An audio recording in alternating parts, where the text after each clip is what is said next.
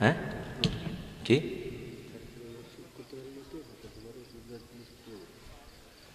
আচ্ছা ভাই, আমার বাড়ি কোথায় জানেন? কিশোরগঞ্জ। এখন ঠান্ডা মাথায় বয়ান শেষ, কিশোরগঞ্জ। আপনারা এখানে যারা এসেছেন সকলে আপনারা এলাকার মানুষ না? এলাকার মানুষ কিনা বলেন? আমার দ্বারা আপনাদের সমাজের কি পর্যন্ত ক্ষতি করা সম্ভব একজন মানুষ? আপনাদের এলাকার মধ্যে কি পর্যন্ত ক্ষতি আমি করতে পারবো? ক্ষতি বুঝেন? আপনাদেরকে কি পর্যন্ত ক্ষতি আমি করতে পারবো? সম্ভব? একজন মানুষের দ্বারা এটা সম্ভব? কোনো ক্ষতি করা সম্ভব? আমরা একজন আলোচককে নিয়ে আসার পরে ভাইয়েরা যখন অনেক কষ্ট করে একজন মেহমানকে দাওয়াত দেন, তখন কিছু ভাইয়েরা বলে উনি আসতে পারবে না। ঠিক না? এরকম আছে না? এগুলো আসলে ঠিক নয়। একজন আলেম কথা বলতে পারে, মানবো কি মানবো না এটা আমার ব্যাপার, ঠিক কিনা? কারণ সেখানে আলেমদেরকে বাধা দিয়া মাহফিল হতে না দেওয়া, পঙ্গন্ড করে দেওয়া, এটা অনেক কষ্টের ব্যাপার। আর মনে রাখবেন, আজকে এই দেশের মানুষ একটা জিনিস মনে রাখবেন, রাসূলুল্লাহ সাল্লাল্লাহু আলাইহি ওয়াসাল্লাম কেউ যত বাধা দিয়েছিল ততই মুসলমানের সংখ্যা বাড়ছিল। যত বাধা দিতেছে মানুষের আগ্রহ বাড়তেছে না কমতেছে বলেন? এই আগে মাহফিলে এত লোক হতো না, আমরা ছোট সময় দেখেছি এত লোক হতো না মাহফিলে। জানি না আপনাদের এলাকায় হতো কিনা, আমাদের এইদিকে এত লোক হতো না, এত মাহফিল হতো না। এখন সারাটা বাংলাদেশ শুধু মাহফিল আর মাহফিল, ঠিক না? মাহফিল যদি না হতো এই যুবকেরা রাতের বেলা মমতাজকে নিয়ে আসতো। কথা বলে না কেন? মমতাজ গান করে নাই দেশে? আপনাদের চট্টগ্রামে করে নাই? করেছে। সারা দেশ মানুষের চরিত্র নষ্ট করতেছে। কিন্তু একজন নেতা শুনলাম না যে আজকে আমার এই সমাজের মধ্যে কোনো নায়ক নায়িকা গায়ক গায়িকা আসতে পারবে না, এরকম বলে না। কিন্তু মাহফিলে গিয়েই বলবে মাহফিলের অনুমতি নাই। প্রকৃতপক্ষে কথা হলো, কোরআনের মাহফিলের অনুমতি কার লাগবে? আল্লাহ দিয়ে দিছেন, আল্লাহ অনুমতি দিয়ে দিছে, কিন্তু মানুষ বলে অনুমতি নাই। জমিনটা কার? আসলে মানুষের ঈমান দুর্বল হয়ে গেছে। কয়েকদিন আগে ভূমিকম্প হলো, হয়েছে কিনা? কোন বাপের বেটার ক্ষমতা আছে, একটা ভূমিকম্প যখন নাড়া দেয় যে না আমি অর্ডার করছি জমিন নড়তে পারবে না, এই ভূমিকম্পটা যদি 1 মিনিট 2 মিনিট হয়, সমস্ত নেতার নেতৃত্বে একবারে শেষ হয়ে যাবে, ঠিক কিনা? কোন এইটার মালিক কে? এই জন্য আল্লাহ পাক ভূমিকম্প দিয়ে একটু নাড়া দিয়া দেখায়। আর মনে রাখবেন, যে সমাজে যে রাষ্ট্রে অত্যাচার হয়, অবিচার হয়, জুলুম হয়, সেখানে আল্লাহ পাক ভূমিকম্পের মতো আযাব গজব পাঠায়। এই জন্য আল্লাহর কাছে আমরা দোয়া করি, তওবা করি, ইস্তেগফার করি। আমরা যতদিন বেঁচে থাকবো, যে কোনো দলের ভাইয়েরা, যে কোনো একজন আলেম আসবে, আলোচক কথা বলবে, আমরা শুনবো ইনশাআল্লাহ। আমরা পক্ষে থাকবো তো ইনশাআল্লাহ। ওই যুবকেরা, যুবক সময় রাসূলুল্লাহ সাল্লাল্লাহু আলাইহি ওয়াসাল্লাম কি করেছেন বলেছি তো আপনাদেরকে। এই জন্য আমরাও যুবক, আমরা কি পারি না সমাজের কুসংস্কার দূর করার জন্য ঐক্যবদ্ধ হতে পারি না ইনশাআল্লাহ? এই যে যুব সংঘ করা হয়েছে, এই যুব সংঘের সাথে সকলেই সাহায্য করব, সহযোগিতা করব ক্ষমতা দিয়ে। তোমার ক্ষমতা আছে, ক্ষমতা কোরআনের পক্ষে তুমি লাগাও, ওমরের মতো হয়ে যাবে, আল্লাহ পাক তোমার ইজ্জত সম্মান বাড়ায় দিবে। আর যদি বিরোধিতা করা, আবু জাহেলের মতো অপমানিত হওয়া লাগবে। ওরা থানায় বসে বসে শুধু কার বিরুদ্ধে মামলা দেওয়া যাবে এই চিন্তায় ব্যস্ত থাকা, আছে না নাই? আরো জোরে বলতে হবে, আছে না নাই? আজ যত মামলার হামলা সব হলো আলেমদের বিরুদ্ধে, ঠিক কিনা বলো? যারা যুগের পর যুগ কোরআনের পাকে আল্লামা সাঈদী তাফসীর শুনেছেন, সে আল্লামা 13 বছর পর্যন্ত জেল কেটেছেন, খোলা আকাশের নিচে এসে তিনি ইন্তেকাল করতে পারে নাই, ঠিক কিনা বলো? এই মুসলমানের দেশে কলিজার এই কষ্ট আমার মনে যুগ যুগ পার হয়ে গেলেও কলিজা থেকে মুছে দেওয়া সম্ভব নয়, ঠিক কিনা বলো? কিন্তু আলেমদের জেলখানায় গেলে ইজ্জত বাড়ে না কমে? আরো জোরে বলতে হবে, কমে না বাড়ে? পরশুদিন মুফতি আমির হামজা মুক্তি পেয়েছে, ঠিক কিনা? কোন কি পর্যন্ত ফেসবুক করলে পরে শুধু আমির হামজার পোস্ট ছাড়া আর কিছু নাই। এতেই বোঝা যায় এরা এই দেশের সবচেয়ে খারাপ মানুষ। কথা বলেন না কেন? এরা সবচেয়ে খারাপ না? কিছু মানুষ যদিও বিরোধিতা করে, আসলে জানে, জাতি জানে, এরাই হলো বাংলাদেশের সোনার সন্তান, এতে কোনো সন্দেহ নেই, ঠিক কিনা? মক্কার মানুষেরা তারা যুদ্ধ বছরের পর বছর যুদ্ধ করত, পরের মাল লুণ্ঠন করত। মক্কা শরীফে বিভিন্ন জায়গা থেকে মানুষ যখন ব্যবসার জন্য আসতেন, ব্যবসা করার জন্য আসার পর ব্যবসায়ী মালগুলো চুরি করে নিয়ে যেত, লুণ্ঠন করত। এটাই ছিল তাদের চরিত্র। কিন্তু রাসূলুল্লাহ সাল্লাল্লাহু আলাইহি ওয়াসাল্লাম কেমনে তাদেরকে পরিবর্তন করবেন? পরিবর্তন করার তো কিতাব আল্লাহ পাক নাজিল করে নাই। আল্লাহ পাক নবীজিকে বলছেন, মা তাদরি মাল কিতাবু ওয়ালাল ঈমান। হে নবী, আপনি তো জানতেন না কিতাব কি, ঈমান কি। এই শিক্ষা আল্লাহ পাক দিয়েছেন। রাসূলুল্লাহ সাল্লাল্লাহু আলাইহি ওয়াসাল্লাম 40 বছর বয়সের আগে কোরআনুল কারীম পড়তে জানতেন না, কোরআন তো নাজিল হলো না। রাসূলুল্লাহ সাল্লাল্লাহু আলাইহি ওয়াসাল্লাম শুধু মক্কার মানুষের চরিত্র দেখলেন, শুধু দুঃখ পেলেন, কষ্ট পেলেন। কোথায় যাবেন, কিভাবে সমাজের পরিবর্তন সম্ভব হয় সেই চেষ্টা করতেন, কিন্তু সমাজের পরিবর্তন করা সম্ভব হলো না। ও আমার ভাইরা, মক্কা শরীফের মানুষের চরিত্র কত খারাপ ছিল, তাদের কি চরিত্রবান বানানোর জন্য চেষ্টা করলো। মক্কার মানুষদের মধ্যে কি পর্যন্ত তাদের চরিত্রটা খারাপ ছিল। মক্কার মানুষের তারা নারীদের কোনো মর্যাদা ছিল না, গরিব মানুষের, সবল মানুষের কাছে কোনো সম্মান ছিল না। যারা ছিল এলাকার নেতা ফেতা, তাদের কাছে সাধারণ মানুষের কোনো মর্যাদা ছিল না। এতিম গরিব অসহায় মানুষের কোনো সম্মান মর্যাদা তাদের কাছে ছিল না। তারা ছিল জুলুমবাজ, মাজলুমের উপরে জুলুম করত, অত্যাচার করত। এমন অত্যাচারিত ছিল, এমন অত্যাচারী সমাজ ছিল, সমাজটা খুব উচ্ছৃঙ্খল সমাজ ছিল। সেই সময়ের সেই যুগ কি আইয়ামের জাহিলিয়াতের যুগ বলা হয়। সেই যুগে আল্লাহর হাবিব সাল্লাল্লাহু আলাইহি সাল্লাম এসেছেন, নবীজির আদর্শ দিয়া এই খারাপ চরিত্রের মানুষগুলোকে সোনার মানুষ বানিয়েছিলেন। ঠিক কিনা কন? আমার ভাইরা, আজকে ইসলামী সমাজ কল্যাণ পরিষদ রাসূলুল্লাহ সাল্লাল্লাহু আলাইহি সাল্লাম বয়স যখন হলো 25 বছর, কত বছর বয়স? নবীজির বয়স 25 বছর।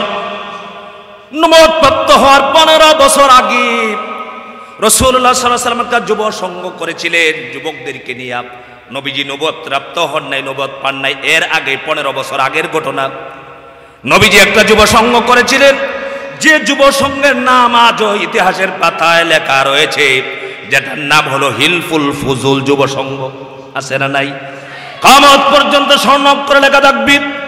সেই সংঘটা কোন মুসলমানদেরকে নিয়ে করেন নাই রাসূলুল্লাহ সাল্লাল্লাহু আলাইহি ওয়াসাল্লাম। তিনি কোন মুসলমান ছিলেন না, মক্কার মুশরিকদের সন্তানদেরকে নিয়ে সেই যুব সংঘটা করেছিলেন। আমার ভাইরা, সেই যুব সংঘটা রাসূলুল্লাহ সাল্লাল্লাহু আলাইহি ওয়াসাল্লাম কেমনে করেছিলেন? একজন মানুষ, জুবাইদ গোত্রের একজন মানুষ ব্যবসা করতেন। মক্কার মানুষেরা, ব্যবসায়ী মানুষ দ্বারা দূর দূরান্ত থেকে আসার পরে তারা সম্পদগুলো লুটে নিয়ে যেত। জুবাইদ গোত্রের একজন মানুষ, তিনি এসেছেন ব্যবসা করার জন্য মক্কা শরীফে। কিছু মাল সামানা নিয়ে এসেছেন। আসার পরে তিনি ব্যবসা করার জন্য যখন মাল সামানাগুলো নিয়ে এসেছেন, আসার পর একজন কাফের লিডার, যে কাফের লিডারের নাম হলো আস ইবনে ওয়াইল। আপনার অবশ্যই নাম শুনেছেন আস ইবনে ওয়াইল। আস ইবনে ওয়াইল এমন একটা দুষ্ট কাফের ছিল, কাফেরদের লিডার ছিল। এই আস ইবনে ওয়াইলের সামনে মুহাম্মদুর রাসূলুল্লাহ সাল্লাল্লাহু আলাইহি সাল্লামের কোনো নাম উচ্চারণ করলেই আস ইবনে ওয়াইল নবীজি কি আত্মার বলে গালি দিত, আর বলতো মুহাম্মাদের কথা কেন বলো? কারণ মুহাম্মদ তো নির্বংশী মানুষ। আত্মার আপনার বাসায়, আপনাদের এলাকায় কি বলে? যাদের বাচ্চা নাই তাদেরকে কি বলা হয়? আপনারা এই এলাকার ভাষায় কি বলেন? আতকুরা বলেন। জোরে কোন নাউযুবিল্লাহ। রাসূলুল্লাহ সাল্লাল্লাহু আলাইহি ওয়াসাল্লাম কি আস ইবনে ওয়াইল সবসময় আতকুরা বলতেন। আস ইবনে ওয়াইলের সামনে নবীজির কথা হলেই পরে বলতো কি? বলতো মুহাম্মাদের কথা বলো না, মুহাম্মাদের নাম নেওয়ার মতো মানুষ দুনিয়াতে থাকবে না মুহাম্মদ মারা যাওয়ার পরে। জোরে কোন নাউযুবিল্লাহ। আপনারা বলেন আজ तमाम পৃথিবীতে প্রায় 200 কোটি মুসলমান বসবাস করছে। মুনাফিক যদি না হয় 200 কোটি মুসলমানের মুখে প্রতিদিন রাসূলুল্লাহর নাম উচ্চারণ হচ্ছে কিনা বলেন? কিয়ামত পর্যন্ত উচ্চারণ হবে। আল্লাহর নাম, রাসূলের নাম থাকবে, কোরআন থাকবে। নাস্তিক মুরতাদ কোরআনকে রাসূলের নামকে করতে পারবে না। ঠিক কিনা? রাসূলুল্লাহ সাল্লাল্লাহু আলাইহি ওয়াসাল্লামের বলতেছে মুহাম্মাদের নাম থাকবে না। আপনারা বলেন তো দেখি, রাসূলুল্লাহর নাম দুনিয়াতে আছে? আছে আপনাদের কাছে, সকলের কাছে? সবাই ভালোবাসেন অন্তর থেকে, না ভিতরে ভিতরে মুনাফিকি আছে? কুরআনের বেলায়, আল্লাহর বেলায়, রাসূলের বেলায় কোনো দ্বিমত থাকবে না। আপনি আওয়ামী লীগ করেন, বিএনপি করেন, জাতীয় পার্টি করেন, জামাত ইসলাম করেন, আল্লাহ এক, কোরআন এক, এতে কোনো দ্বিমত পোষণ করার কোনো সুযোগ। বলতেছে মুহাম্মাদের নাম থাকবে না। আপনাদেরকে জিজ্ঞেস করতে চাই, আবু জেহেল বলছিল, আস ইবনে ওয়াইল বলছিল মুহাম্মদ মারা যাওয়ার পরে নাম নেওয়ার মতো কোনো মানুষ দুনিয়াতে থাকবে না। আপনাদেরকে বলি, চট্টগ্রামে কারো যদি একটা ছেলে হয় আর যদি বলা হয় যে 5 লক্ষ টাকা দেওয়া হবে, তোমার ছেলের নাম রাখো আবু জাহেল, কথা বলেন রাখবে? রাখবে? আবু জাহেলের নাম কি মানুষে রাখে? আবু জাহেলের নাম রাখে না রাখবা কোরআন বিদ্বেষী যারা, যারা কোরআনের সাথে বিরোধিতা করো, মাহফিল বন্ধ করো, তোমরা মারা যাওয়ার পরে মানুষ ইল্লা লিল্লাহ পড়বে না, আলহামদুলিল্লাহ কিচ্ছু পড়বে না। সম্পর্ক রাখতে হবে কোরআনের সাথে, কারণ কোরআনে মানুষের ইজ্জতকে বাড়ায়। ঠিক কিনা বলেন? কোরআনে মানুষের মর্যাদা বাড়ায় দেয়, কোরআনে মানুষের মর্যাদাকে আকাশ সামনে বাড়ায় দেয়। ঠিক কিনা বলেন? ইজ্জত সম্মানের মালিক কে? দুনিয়াতে ইজ্জত পেতে চাও? বাংলাদেশে এখন পর্যন্ত যারা কোরআনের বিরোধিতা করেছে তাদের মর্যাদা বাড়ে নাই, বাড়ছে? লতিফ সিদ্দিকী নাম শুনছেন? কাদের সিদ্দিকী সাহেবের ভাই লতিফ সিদ্দিকী হজ নিয়ে কটাক্ষ করার কারণে, তাবলীগ নিয়ে কটাক্ষ করার কারণে তার মন্ত্রিত্ব গেল, পদ গেল, আওয়ামী লীগ থেকে বহিষ্কার হলো, এমনকি এখন নৌকাটা পর্যন্ত পায় নাই। টাকলা মুরাদ এই দেশে মানুষকে অপমান করেছিল, ধর্ম নিয়ে বাড়াবাড়ি করেছিল, তাকে এবছর নৌকাটা পর্যন্ত পায় নাই। ঠিক কি রাখন? বেশি লাফালাফি করা ভালো নয়, কারণ কোরআন দিন এটা সকলের জন্য সমান। ঠিক কিনা বলেন? মুসলমানেরা উগ্র নয়, কোরআন পক্ষের মানুষেরা উগ্র নয়। আমার ভাইরা, আস ইবনে ওয়াইল ওই কাফেরের সামনে রাসূলুল্লাহর নাম নিলেই বলতো মুহাম্মাদের নাম বলিও না, এই লোকের নাম বলি লাভ না, এটা তো নির্বংশী মানুষ। জোরে কোন নাউযুবিল্লাহ। আমার নবীজি কি কাফেররা বলতো, ইন্না শানিয়াকা হুয়াল আবতার, আবতার বলে গালি দিত। এ আস ইবনে ওয়াইল ইলা ফরমান লিডার ছিল, বড় ক্ষমতাশালী ব্যক্তি ছিল। জুবাইদ গোত্রের এই ব্যবসায়ী যখন মাল নিয়ে এসেছেন মক্কা শরীফে ব্যবসা করার জন্যে, তার মালগুলো, সমস্ত মালগুলো বাড়িতে নিয়ে গেল, তার কাছে বলল আমি কিনে নিচ্ছি, আপনার মালগুলো আমার কাছে বিক্রি করে দেন। ব্যবসায়ী মানুষ দূর থেকে এসেছেন ব্যবসা করার জন্য, তার কাছে সমস্ত মালগুলো বিক্রি করে দিলেন। বিক্রি করার পর, ও সম্মানিত ভাইরা ভালো করে লক্ষ্য করুন, সমাজ কাকে বলে? সমাজের শিক্ষাটা কি? আজকে সমাজ থেকে কোরআন নাই। সমাজে যারা কোরআন পড়ে, যারা কোরআনের আন্দোলন করে, যারা আল্লাহর জমিন, আল্লাহ দ্বীনকে বাস্তবায়ন করার আন্দোলন করে, তারাই হলো বর্তমানে সবচাইতে মাজলুম। ঠিক কিনা বলেন? যত অত্যাচার আছে, যত জুলুম আছে, সমস্ত জুলুম অত্যাচার করা হচ্ছে। একটি কথা বলি ভাই, কোন জালেম এই পর্যন্ত দুনিয়াতে নাই। কোরআনুল কারীমের ভিতরে জালেমদের, বড় বড় জালেমদের কথা কোরআন শরীফে আছে না নাই? এই কথাগুলো আল্লাহ পাক কেন বললেন? কারণ কিয়ামত পর্যন্ত জালেমরা যাতে শিক্ষা গ্রহণ করে, কারণ এখন পর্যন্ত কোনো জালেমের দুনিয়াতে নাই, থাকতে পারে নাই, সবাইকে মৃত্যুবরণ করতে হবে। ও আমার ভাইরা, আস ইবনে ওয়াইল যখন বাড়িতে নিয়ে গেল মাল সামানাগুলো, তাকে টাকা দিল না, পয়সা দিল না, কোনো কিছুই দিল না। এই লোকটা বিদেশি মানুষ হওয়ার কারণে তার বাড়িতে গেল, গিয়ে বলল, ভাই আপনি আমার সামানা নিয়ে এসেছেন, আমার জিনিসপত্র মাল সামানাগুলো নিয়ে এসেছেন, আপনি আমাকে টাকাগুলো দিয়ে দেন। আমার ভাইরা, এই লোকটা যখন বলল, বলার সাথে সাথে আস ইবনে ওয়াইল বলল, কিসের টাকা? তোমাকে কেন টাকা দিব? আমার ভাইরা, একদল মানুষ এখনো আছে না নাই? দেখবেন মাল সামানা কিনা নিয়ে আসে কিন্তু টাকা দেয় না, এরকম আছে না নাই? ক্ষমতার বাহাদুরি দেখায়, বলে আমাকে চিনিস না, আমি কে, আমাকে চিনস, এরকম বলে। কিন্তু মাটি বলতেছে আমাকে চিনস, একদিন তুই আস মাটির নিচে, বুঝবি। কারণ আল্লাহ পাক বলছে ওয়ালা তামশি ফিল আরদি মারহা, আল্লাহর জমিন, আমার জমিনের মধ্যে বুক ফুলায়া সিনা ফুলায়া বেটাগিরিতে হয় অহংকারের সাথে দাম্ভিকতার সাথে জমিনে চলবি না। কে বলেছেন? আল্লাহ বলেছেন ওয়ালা তামশি ফিল আরদি মারহা, জমিনে চলবো আমরা কি মনিবের মতো না গোলামের মতো? গোলামের মতো চলতে হবে। কারণ এইটা দুনিয়াটা বাহাদুরি করার জায়গা নয়। যারাই বাহাদুরি করেছে কেউই আল্লাহর সাথে পাল্লা দিয়ে পারে নাই, ঠিক কিনা কন? নমরুদ পারে নাই, কারুন পারে নাই, সাদ্দাত পারে নাই, আবু জাহাল পারে নাই, আবু লাহাব পারে নাই, উতবা পারে নাই, সাইবা পারে নাই। এখনো কোরআন বিদ্বেষীরা আগামীতে পারবে না। আগামীর বাংলাদেশ আল কোরআনের বাংলাদেশ। আল্লাহর সাথে পাল্লা দিয়ে কেউ পারবে না। পারবে? পারে নাই। আস ইবনে ওয়াইলের বাড়িতে গেছে টাকার জন্য। আস ইবনে ওয়াইল এই ব্যবসায়ী কি দূর দূর করে তাড়ায় দিল, বাড়ির থেকে তাড়ায় দিল, বলল তোমার টাকা দিব না। আমার ভাইরা, অসহায় বিদেশি মানুষ, তার টাকা পেল না, কার কাছে যাবে?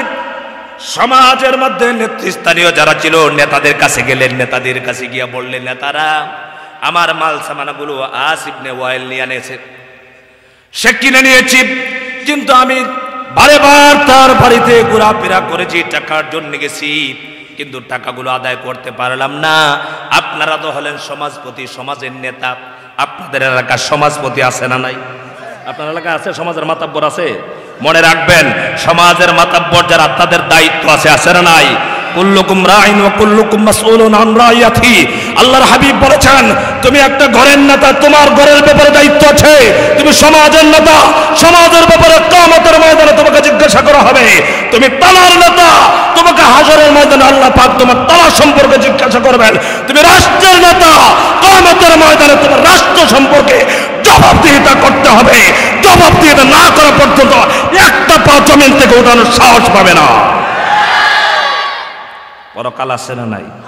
হাশরের ময়দানে আল্লাহ বলবেন লিমানিল মুলকুল ইয়াউম লিল্লাহিল ওয়াহিদুল কাহ্হার।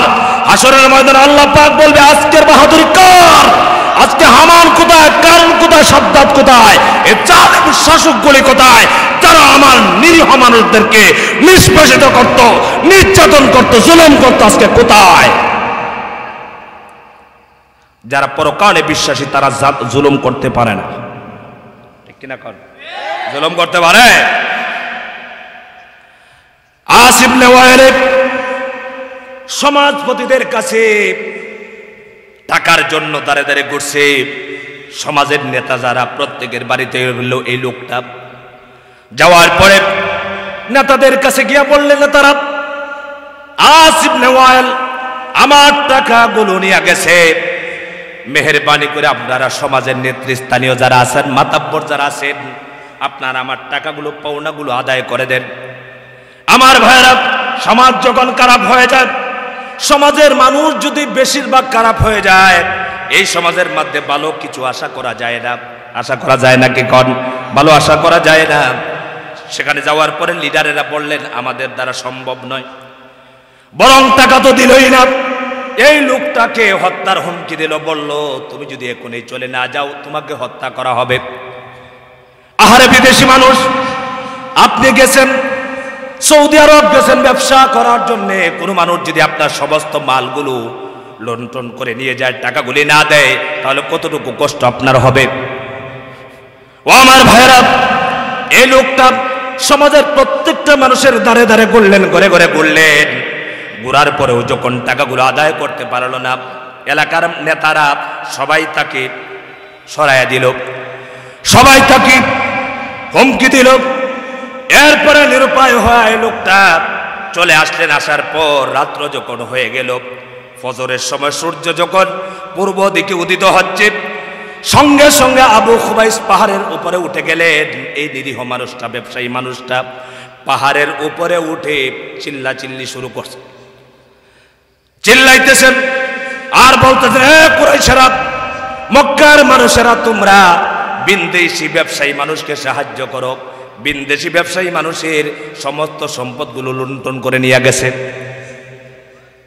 আমার ভাইরা এরপরে তিনি ডাকলেন বিদেশি মানুষ, তিনি এসেছেন, তিনি নিরুপায় হইয়া, তার আত্মীয় স্বজন কাছে নাই, নিরুপায় হইয়া এসেছেন। তোমরা কারা আছো? সকলে আমাকে সাহায্য করো, আমার সমস্ত মাল লুণ্ঠন করে নিয়ে গেছে। ও আমার ভাইরা, তিনি বলছেন, এই লোকটাই হারাম অবস্থা আছে, এখনো হজ পালন করতে পারে নাই। ও মক্কার যুবকেরা, মক্কার মানুষেরা, তোমরা তাকে পেরেশান অবস্থা আছে, পেরেশানি মুক্ত করো। আমার ভাইরা, এই লোকটা এইভাবে অনেকগুলো কথা যখন বললেন, আবু খুবাইস পাহাড়ের উপরে দাঁড়ায়া বলার পর মক্কার যুবকদের কানের মধ্যে এই খবরটা পৌঁছে গেল। আমার ভাইরা, জুবাইর বিন আবু তালেব এই যুবকের কানে যখন এই সংবাদটা, খবরটা পৌঁছার পর আমার ভাইরা যুবকদেরকে ডাকলেন, এই মক্কার যুবকদেরকে ডাকলেন, ডেকে বললেন, আমাদের দেশে একজন বিদেশি মানুষ ব্যবসার জন্য এসেছেন, ব্যবসায়ী মালগুলো সবগুলো লুণ্ঠন করে নিয়ে গেছে। আস ইবনে ওয়াইল, ও মক্কার যুবকেরা, আসো, আমরা সবাই মিলে একত্রিত হব, একসাথে আমরা পরামর্শ করব, সমস্ত যুবকরা মিলে আজকে তার পাওনা আদায় করে দিব। সুবহানাল্লাহ।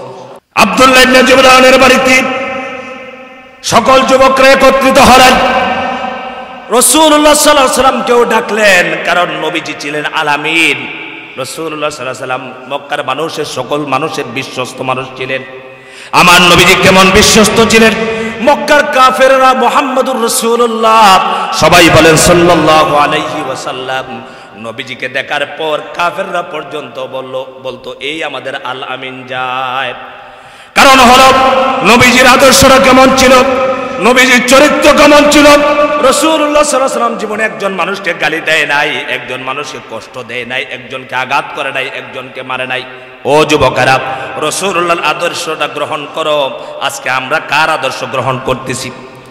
আব্দুল্লাহ ইবনে জুদানের বাড়িতে যুবকরা যখন বসলো, বসার পর রাসূলুল্লাহ সাল্লাল্লাহু আলাইহি ওয়াসাল্লাম সেখানে আছেন। আমার ভাইরা, সকল যুবকেরা মিলে 20 বছর, 25 বছর, 30 বছর যুবকেরা সবাই একত্রিত হইয়া রাসূলুল্লাহ সাল্লাল্লাহু আলাইহি ওয়াসাল্লামকে এই যুব সংঘের পরিচালক বানায়া দিলেন। সুবহানাল্লাহ। আমার ভাইরা, রাসূলুল্লাহর নেতৃত্বে সকল যুবকেরা একত্রিত হলেন। একত্রিত হয়ে একটা যুব সংঘ ঘোষণা করলেন, যে যুব সংঘের নাম হলো হিলফুল ফুজুল যুব সংঘ।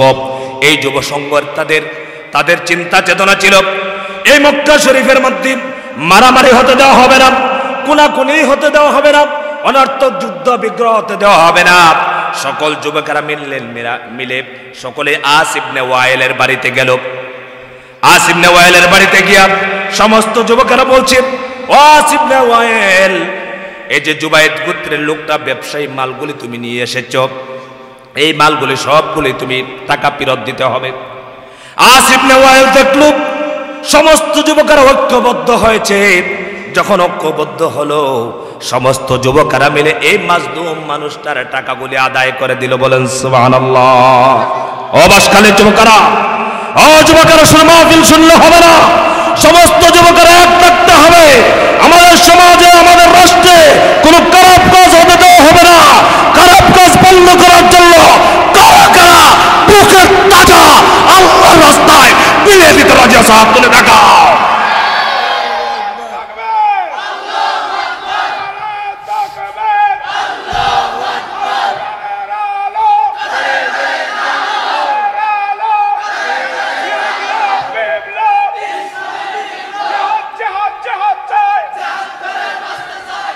আমার ভাইরা, এখানে মনে একটা স্লোগানে আপনাদের কিছু ভয় পাচ্ছেন। জিহাদের কথা বলা যায় না, জিহাদের কথা বললে একদল মানুষের মাথা গরম হয়। এগুলা কাট্টা মুনাফিক, জোরে বলে এগুলা কাট্টা মুনাফিক, এত কোনো সন্দেহ নাই।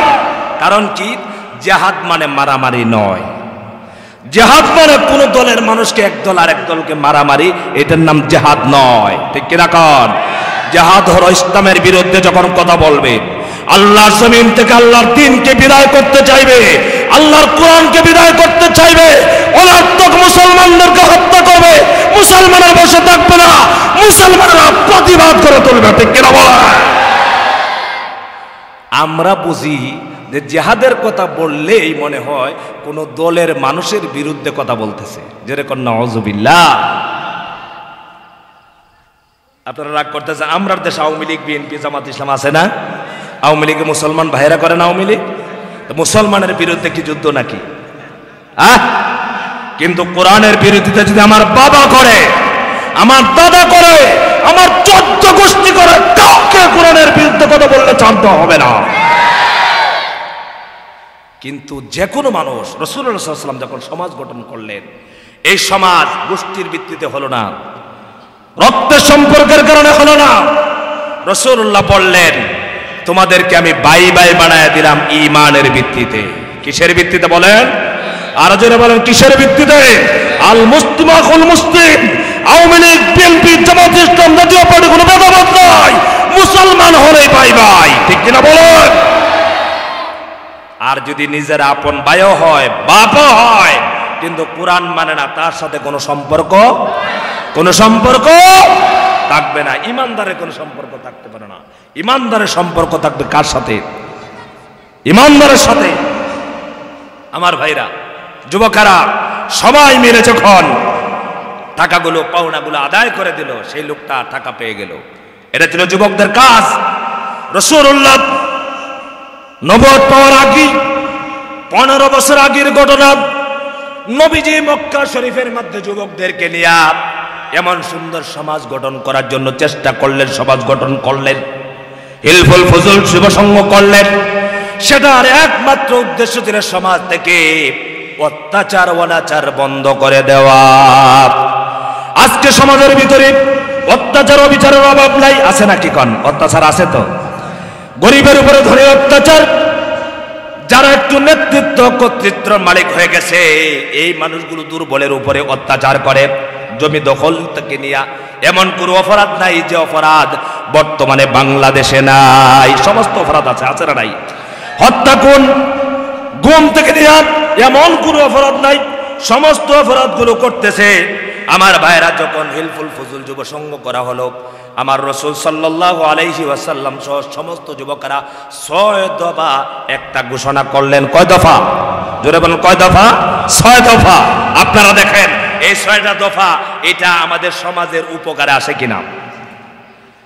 1 নম্বর দফা হলো, দেশের মধ্যে, সমাজের মধ্যে, রাষ্ট্রের মধ্যে শান্তি শৃঙ্খলা প্রতিষ্ঠা করতে হবে। আমার ভাইরা বলেন তো দেখি, আজকে এমন কোন সমাজ আছে নাকি যে সমাজের মধ্যে কোনো বিশৃঙ্খলা নাই? আছে নাকি? কোন? একমাত্র কোরআনের সমাজ সেই গ্যারান্টি দিতে পারে। কোরআনের সমাজ যদি কায়েম হয়, কোরআনের রাজ যদি কায়েম হয়, তাহলে এই সমাজের মধ্যে হত্যা হবে না, দর্শন হবে না, খুন খারাপি হবে না। কারণ হলো কি, আল্লাহ রাব্বুল আলামিন 1500 বছর আগে এই কোরআন দিয়ে গ্যারান্টি দিয়েছেন, ফামান তাবিআ হুদায়া ফালা খাউফুন আলাইহিম ওয়ালা হুম ইয়াহজানুন। এই কোরআনের হেদায়েত যারা গ্রহণ করবে, তাদের কোনো ভয় থাকবে না, চিন্তা থাকবে না, টেনশন থাকবে না, হত্যার ভয় থাকবে না, খুনের ভয় থাকবে না, ঘুমের ভয় থাকবে না। ও আমার বাসখালীর ভাইরা, আজকে কোনো মানুষ আজকে বুকে হাত দিয়ে বলতে পারে না, আমার ছেলে, আমার মেয়ে স্কুলে যাবে, কলেজে যাবে, ইউনিভার্সিটিতে যাবে, লেখাপড়া করবে, সুশিক্ষায় শিক্ষিত হবে। কলেজে যাওয়ার পর বাড়ি থেকে মা এবং বাবা একটা জিনিসই চিন্তা করে না, হারে আমার মেয়ে যে গেল, আমার মেয়েটাকে সুন্দর মতো বাড়িতে ফিরতে পারবে নাকি? এমন দুঃখ থাকে কিনা, চিন্তা থাকে কিনা? কোন এমন চিন্তা থাকে? কারণটা কি? কারণ হলো যুবকদের ভিতরে কোরআন না থাকার কারণে, সুন্দর সমাজ গঠন করতে না পারার কারণে আজকে যুবকেরা মেয়েদেরকে ফেলে ইফটিজিং করে, দর্শন করে। আজকে ইফটিজিং এর বিরুদ্ধে আইন করা হয়েছে, আমরা সাধুবাদ জানাই। কিন্তু ইফটিজিং বন্ধ করার জন্য যে মিশন আল্লাহ পাক দিয়েছেন, রাসূলুল্লাহ জারি করেছিলেন, সেই মিশন হলো কোরআনের মিশন। ঠিক কিনা বলেন? বাংলাদেশের সমস্ত যুবকরা যদি, সমস্ত যুবকরা যদি কোরআন মেনে চলে, পুলিশ লাগবে না, আর্মি লাগবে না, র্যাব লাগবে না, বিজিবি লাগবে না, কোনো বাহিনী লাগবে না, একটা যুবক একটা মেয়েকে ইফটিজিং করবে না। ঠিক না? আপনারা কি বিশ্বাস করেন? কারা কারা বিশ্বাস করেন হাত তুলতে দেখতে চাই। লিল্লাহি তাকবীর। আমার ভাইরা, রাসূলুল্লাহ সাল্লাল্লাহু আলাইহি ওয়াসাল্লাম কোরআন দিয়ে সমাজ গঠন করলেন। মক্কার মধ্যে এমন অবস্থা হলো, নারীরা ঘর থেকে বের হয় ইফতিজিং করবে তো দূরের কথা, মহিলারা যখন যুবকদেরকে রাস্তার মধ্যে দেখতেন, দেখার পরে যুবকদেরকে দেখে তারা ভয় পেতেন। কিন্তু যুবকেরা জিজ্ঞেস করতেন, বোন তুমি যাবে কোথায়? মহিলারা ভয় পেতেন, কিন্তু যুবকেরা বলতেন ভয় পাওয়ার কোনো কারণ নাই, তোমার ঠিকানা বলো। যুবকরা নিজ জিম্মাদারিতে মহিলাদের গন্তব্যে পৌঁছায়া দিতেন। সুবহানাল্লাহ। আজ এই গ্যারান্টি আছে? জোরে বলুন আছে? বাসকালীতে যদি রাত 12টা হয়, আপনার মেয়ে আপনার বোন, আমার মেয়ে আমার বোন, আজ শহরে নামে রাত 1টার সময় একা আসতে পারবে না, কারণ তার ইজ্জত সম্মান লুণ্ঠন হওয়ার ভয় আছে না নাই? কিন্তু কোরআনের সমাজে গ্যারান্টি দিতে পারে, যারা কোরআনকে মানবে, কোরআনের উপর আমল করবে, রাসূলের আদর্শ 100% মানবে, তারা কোনদিন দর্শনে লিপ্ত হতে পারে না। ঠিক কিনা বলেন? আমার ভাইরা, কিন্তু কোরআন বাদ দিয়া যতই চেষ্টা করো সুন্দর সমাজ, সোনার ছেলে বানাতে চাও, ওরা সুযোগ পাইলেই 12টা বাজায় দিবে। ঠিক কিনা বলেন? আমার ভাইরা, 6 দফা। 1 নম্বর হলো শান্তি শৃঙ্খলা প্রতিষ্ঠা করা। প্রত্যেকটা সমাজ, প্রত্যেকটা রাষ্ট্র চায় শান্তি শৃঙ্খলা বজায় রাখার জন্য। আমার ভাইরা, আল্লাহ পাকের ভয় যদি মানুষের ভিতরে না থাকে, পরকালের ভয় যদি না থাকে, জবাবদিহিতার ভয় যদি না থাকে, তাহলে মানুষ কোনো ভালো মানুষ হতে পারে না। 2 নম্বর দফা হলো বিভিন্ন গোত্রের মধ্যে রক্তকই যুদ্ধ বন্ধ করতে হবে। আমার ভাই, আজকে কি দেখতে পাচ্ছি? আজকে এক দলের মানুষ আরেক দলের মানুষকে সহ্য করতে পারে না। ঠিক রাখন আমার ভাইরা, এক দল আরেক দলকে সহ্য করতে পারে না, একজন আরেকজনের বিরোধিতা করে। আমার ভাইরা, রাসূলুল্লাহ সাল্লাল্লাহু আলাইহি ওয়াসাল্লাম সেই সময় মক্কা শরীফের মধ্যে হিলফুল ফুজুল যুব সংঘর্ষ করার পর যুবকদেরকে নিয়ে বললেন, দেশের মধ্যে রক্তকই যুদ্ধ হতে পারবে না। যদি যুদ্ধ বাজে আমরা তার বিরোধিতা করব, আমরা চেষ্টা করব সমাজ থেকে অন্যায় অবিচারগুলো বন্ধ করার জন্য চেষ্টা করব। 3 নম্বর তারা দফা দিলেন, অত্যাচারের হাত থেকে রক্ষা করব। মাজলুম মানুষ যারা হবে, মাজলুমের উপরে জুলুম যারা করে, এই জালেমের বিরুদ্ধে মাজলুমের পক্ষ হইয়া আমরা মাজলুমের পক্ষ নিব আর জালেমের বিরোধিতা করব। বিরোধিতা করে মাজলুমের পক্ষ নিব, মাজলুমকে সাহায্য করব। মাজলুমকে সাহায্য করার দরকার আছে না নাই? আমার ভাইরা, আজকে তামাম পৃথিবীতে সব থেকে মাজলুম হলো মুসলমানেরা। ফিলিস্তিনের মুসলমানদেরকে ইসরায়েলের কাফের বেঈমানগুলো প্রতি রাত প্রতিদিন হত্যা করতেছে নির্বিচারে। আহারে আমার ভাইরা, আমাদের বন্ধু রাষ্ট্র হলো ভারত। ভারতের বিরোধিতা করছি না, কিন্তু ভারত এই কাফের বেঈমান সন্ত্রাসী রাষ্ট্রকে তারা সমর্থন করেছে, ইসরায়েলকে সমর্থন করেছে। আমার ভাইয়েরা, কিন্তু ইসরায়েল এমন একটা সন্ত্রাসী রাষ্ট্র, ফিলিস্তিনের ভূখণ্ডে ঢুকে গাজার হাজার হাজার মা বোনদেরকে, ছোট ছোট বাচ্চাদেরকে, যুবক ভাইদেরকে, বৃদ্ধ বোনেরা সকলকে হত্যা করতেছে। আমার ভাইরা, বিশ্ব নেতারা প্রতিবাদ করেও তাদের কিছু করতে পারতেছে না। কিন্তু আমাদের পাশের দেশ ভারত এই কাফের বেঈমানদেরকে সমর্থন দিয়েছে। ঠিক কিনা বলেন? আমার ভাইরা, আল্লাহ পাক ১৫০০ বছর আগে কুরআনুল কারীম দিয়ে বলছে, যারা মুশরিক আর যারা ইহুদি তারা তোমাদের বন্ধু নয়, তারা হলো তোমাদের শত্রু। ঠিক কি রাখেন? আল্লাহ পাক বলতে, লা তাজিদান্না আজাদ্দান নাসি আদাওয়াতান লিল্লাযীনা আমানুল ইয়াহুদা ওয়াল্লাযীনা আশরাকু। আজকে ১৫০০ বছর আগে আল্লাহ পাক কুরআনুল কারীম রাসূলুল্লাহর উপরে নাজিল করে বলে গেছেন যে এই ইহুদিরা এবং মুশরিক যারা মূর্তি পূজা করে, যারা আল্লাহর সাথে আরো কাউকে সমকক্ষ বানায়, তাদেরকে তোমরা বন্ধু বানায় না, তারা হলো তোমাদের শত্রু। কিন্তু আজকে আমাদের বন্ধু হয় ইহুদি খ্রিস্টানরা। ঠিক কি রাখেন? কোন মুসলমানের বন্ধু কোন ইহুদি, কোন মুশরিক কোনদিন হতে পারে? আমার ভাইরা, রাসূলুল্লাহ বললেন, আমরা অত্যাচারিতদের পক্ষে থাকবো। যারা অত্যাচারিত, যারা অত্যাচার করছে, জালেমদের বিরোধিতা করব। ও মুসলমানেরা, আজকের তাফসীরুল কোরআন মাহফিল থেকে সারা জীবন ভরা তাফসীরুল কোরআন মাহফিল শুনলেন, নামাজ পড়লেন, রোজা রাখলেন, হজ করলেন, যাকাত দিলেন, কিন্তু যদি জালেম হন, জালেমকে সমর্থন করেন, তাহলে মুনাফিকের কাতারের মধ্যে কিন্তু নামটা লেখা হয়ে যাবে। ঠিক কিনা কন? কারণ মুনাফিকদের কি আল্লাহ পাক জান্নাত দিবে না? দিবে না কি কন? রাসূলুল্লাহর পিছনে নামাজ পড়েও মুনাফিক জাহান্নামী।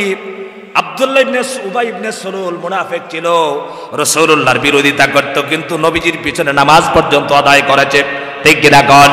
কিন্তু মুনাফিক হওয়ার কারণে, এই মুনাফিক হওয়ার কারণে, এই মুনাফিক যখন ইন্তেকাল করলো, তার ছেলে আব্দুল্লাহ রাসূলুল্লাহর সামনে এসেছেন, এসে বললেন, ইয়া রাসূলুল্লাহ সাল্লাল্লাহু আলাইহি সাল্লাম, আমার বাবা ইন্তেকাল করেছে, কাফনের জন্য আপনার একটা কাফর দেন, জামা মুবারক দেন। রাসূলুল্লাহ সাল্লাল্লাহু আলাইহি ওয়াসাল্লামের জামা মুবারক দিয়া দিলেন মুনাফিকের জন্য। নবীজি জানতেন না এটা যে মুনাফিক ছিল। আমার ভাইরা, মুনাফিকের জানাজার নামাজ আল্লাহর হাবিব নিজে পড়ালেন, কিন্তু আল্লাহ তাআলা বলছেন, ওয়ালা তুসাল্লি আলা আহাদিম মিনহুম মাতা ওয়ালা তাকুম আলা কবরি। আল্লাহর হাবিবকে আল্লাহ পাক জানায় দিলেন, হো নবী, মুনাফিকদের জানাজার নামাজ আপনি পড়াবেন না, নামাজ পড়াবেন না, তাদের কবরের পাশে আপনি দাঁড়াবেন না, তাদের জন্য দোয়া করবেন না। মুনাফিকদের জন্য 70 বার দোয়া করলো আমি আল্লাহ পাক মুনাফিকদেরকে ক্ষমা করব না। আজকে আমাদের সমাজে মুনাফিক আছে না নাই? আরো জোরে বলতে হবে, আছে না নাই? নামাজ পড়ে 5 ওয়াক্ত, জুমার দিন আগের মুসল্লায় ইমাম সাহেবের সামনে নামাজ আদায় করে, কিন্তু মসজিদে যখন সেই ইমাম আল্লাহর জমিনে আল্লাহর দ্বীন বাস্তবায়ন করার কথা বলে, তখন এই ইমামকে বিদায় করা যায়। এমন মুনাফিক আছে না নাই?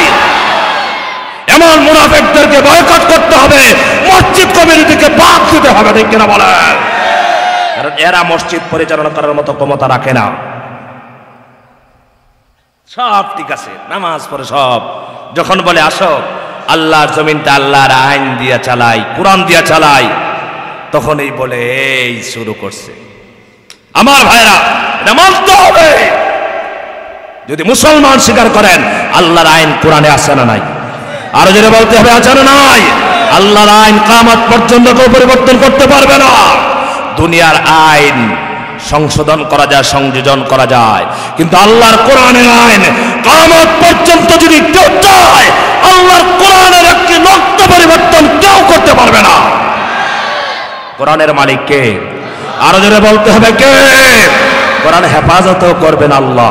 এই যে মনে রাখবেন, আমার মতো মৌলবীরা যদি ওয়াজ না করে, আমাদের মতো মৌলবীদেরকে যদি হত্যা করা হয়, ফাঁসি দেওয়া হয়, কোরআন জমিন থেকে যাবে না। কোরআন হেফাজত করবেন কে? আরো যদি চিল্লিয়ে বলুন, কোরআন হেফাজত করবেন কে? আল্লাহর জমিনে আল্লাহর দ্বীনকে আল্লাহ পাক টিকিয়ে রাখবেন। আল্লাহর সাথে কেউ মোকাবেলা করার ক্ষমতা রাখেন। আমার ভাইরা, 3 নম্বর, 4 নম্বর, রাসূলুল্লাহ সাল্লাল্লাহু আলাইহি ওয়াসাল্লাম যুবকদেরকে নিয়ে বললেন, দুর্বল এতিমদেরকে সাহায্য করতে হবে। দুর্বল যারা সমাজের ভিতরে, দুর্বল যারা, এতিম যারা, আপনাদের এলাকায় এতিম দুর্বল মানুষ আছে, গরিব মানুষ আছে? গরিব মানুষের কোনো দাম নাই আজকে সমাজে, নাই। এতিমদের কোনো দাম নাই। আমার ভাইরা, যারা এতিমদেরকে নির্যাতন করে, এতিমের মাল আত্মসাৎ করে, এতিমকে দেখতে পারে না, এতিমের মনে কষ্ট দেয়, এরা হলো আবু জাহেলের উত্তরসূরি। কার উত্তরসূরি বলেন?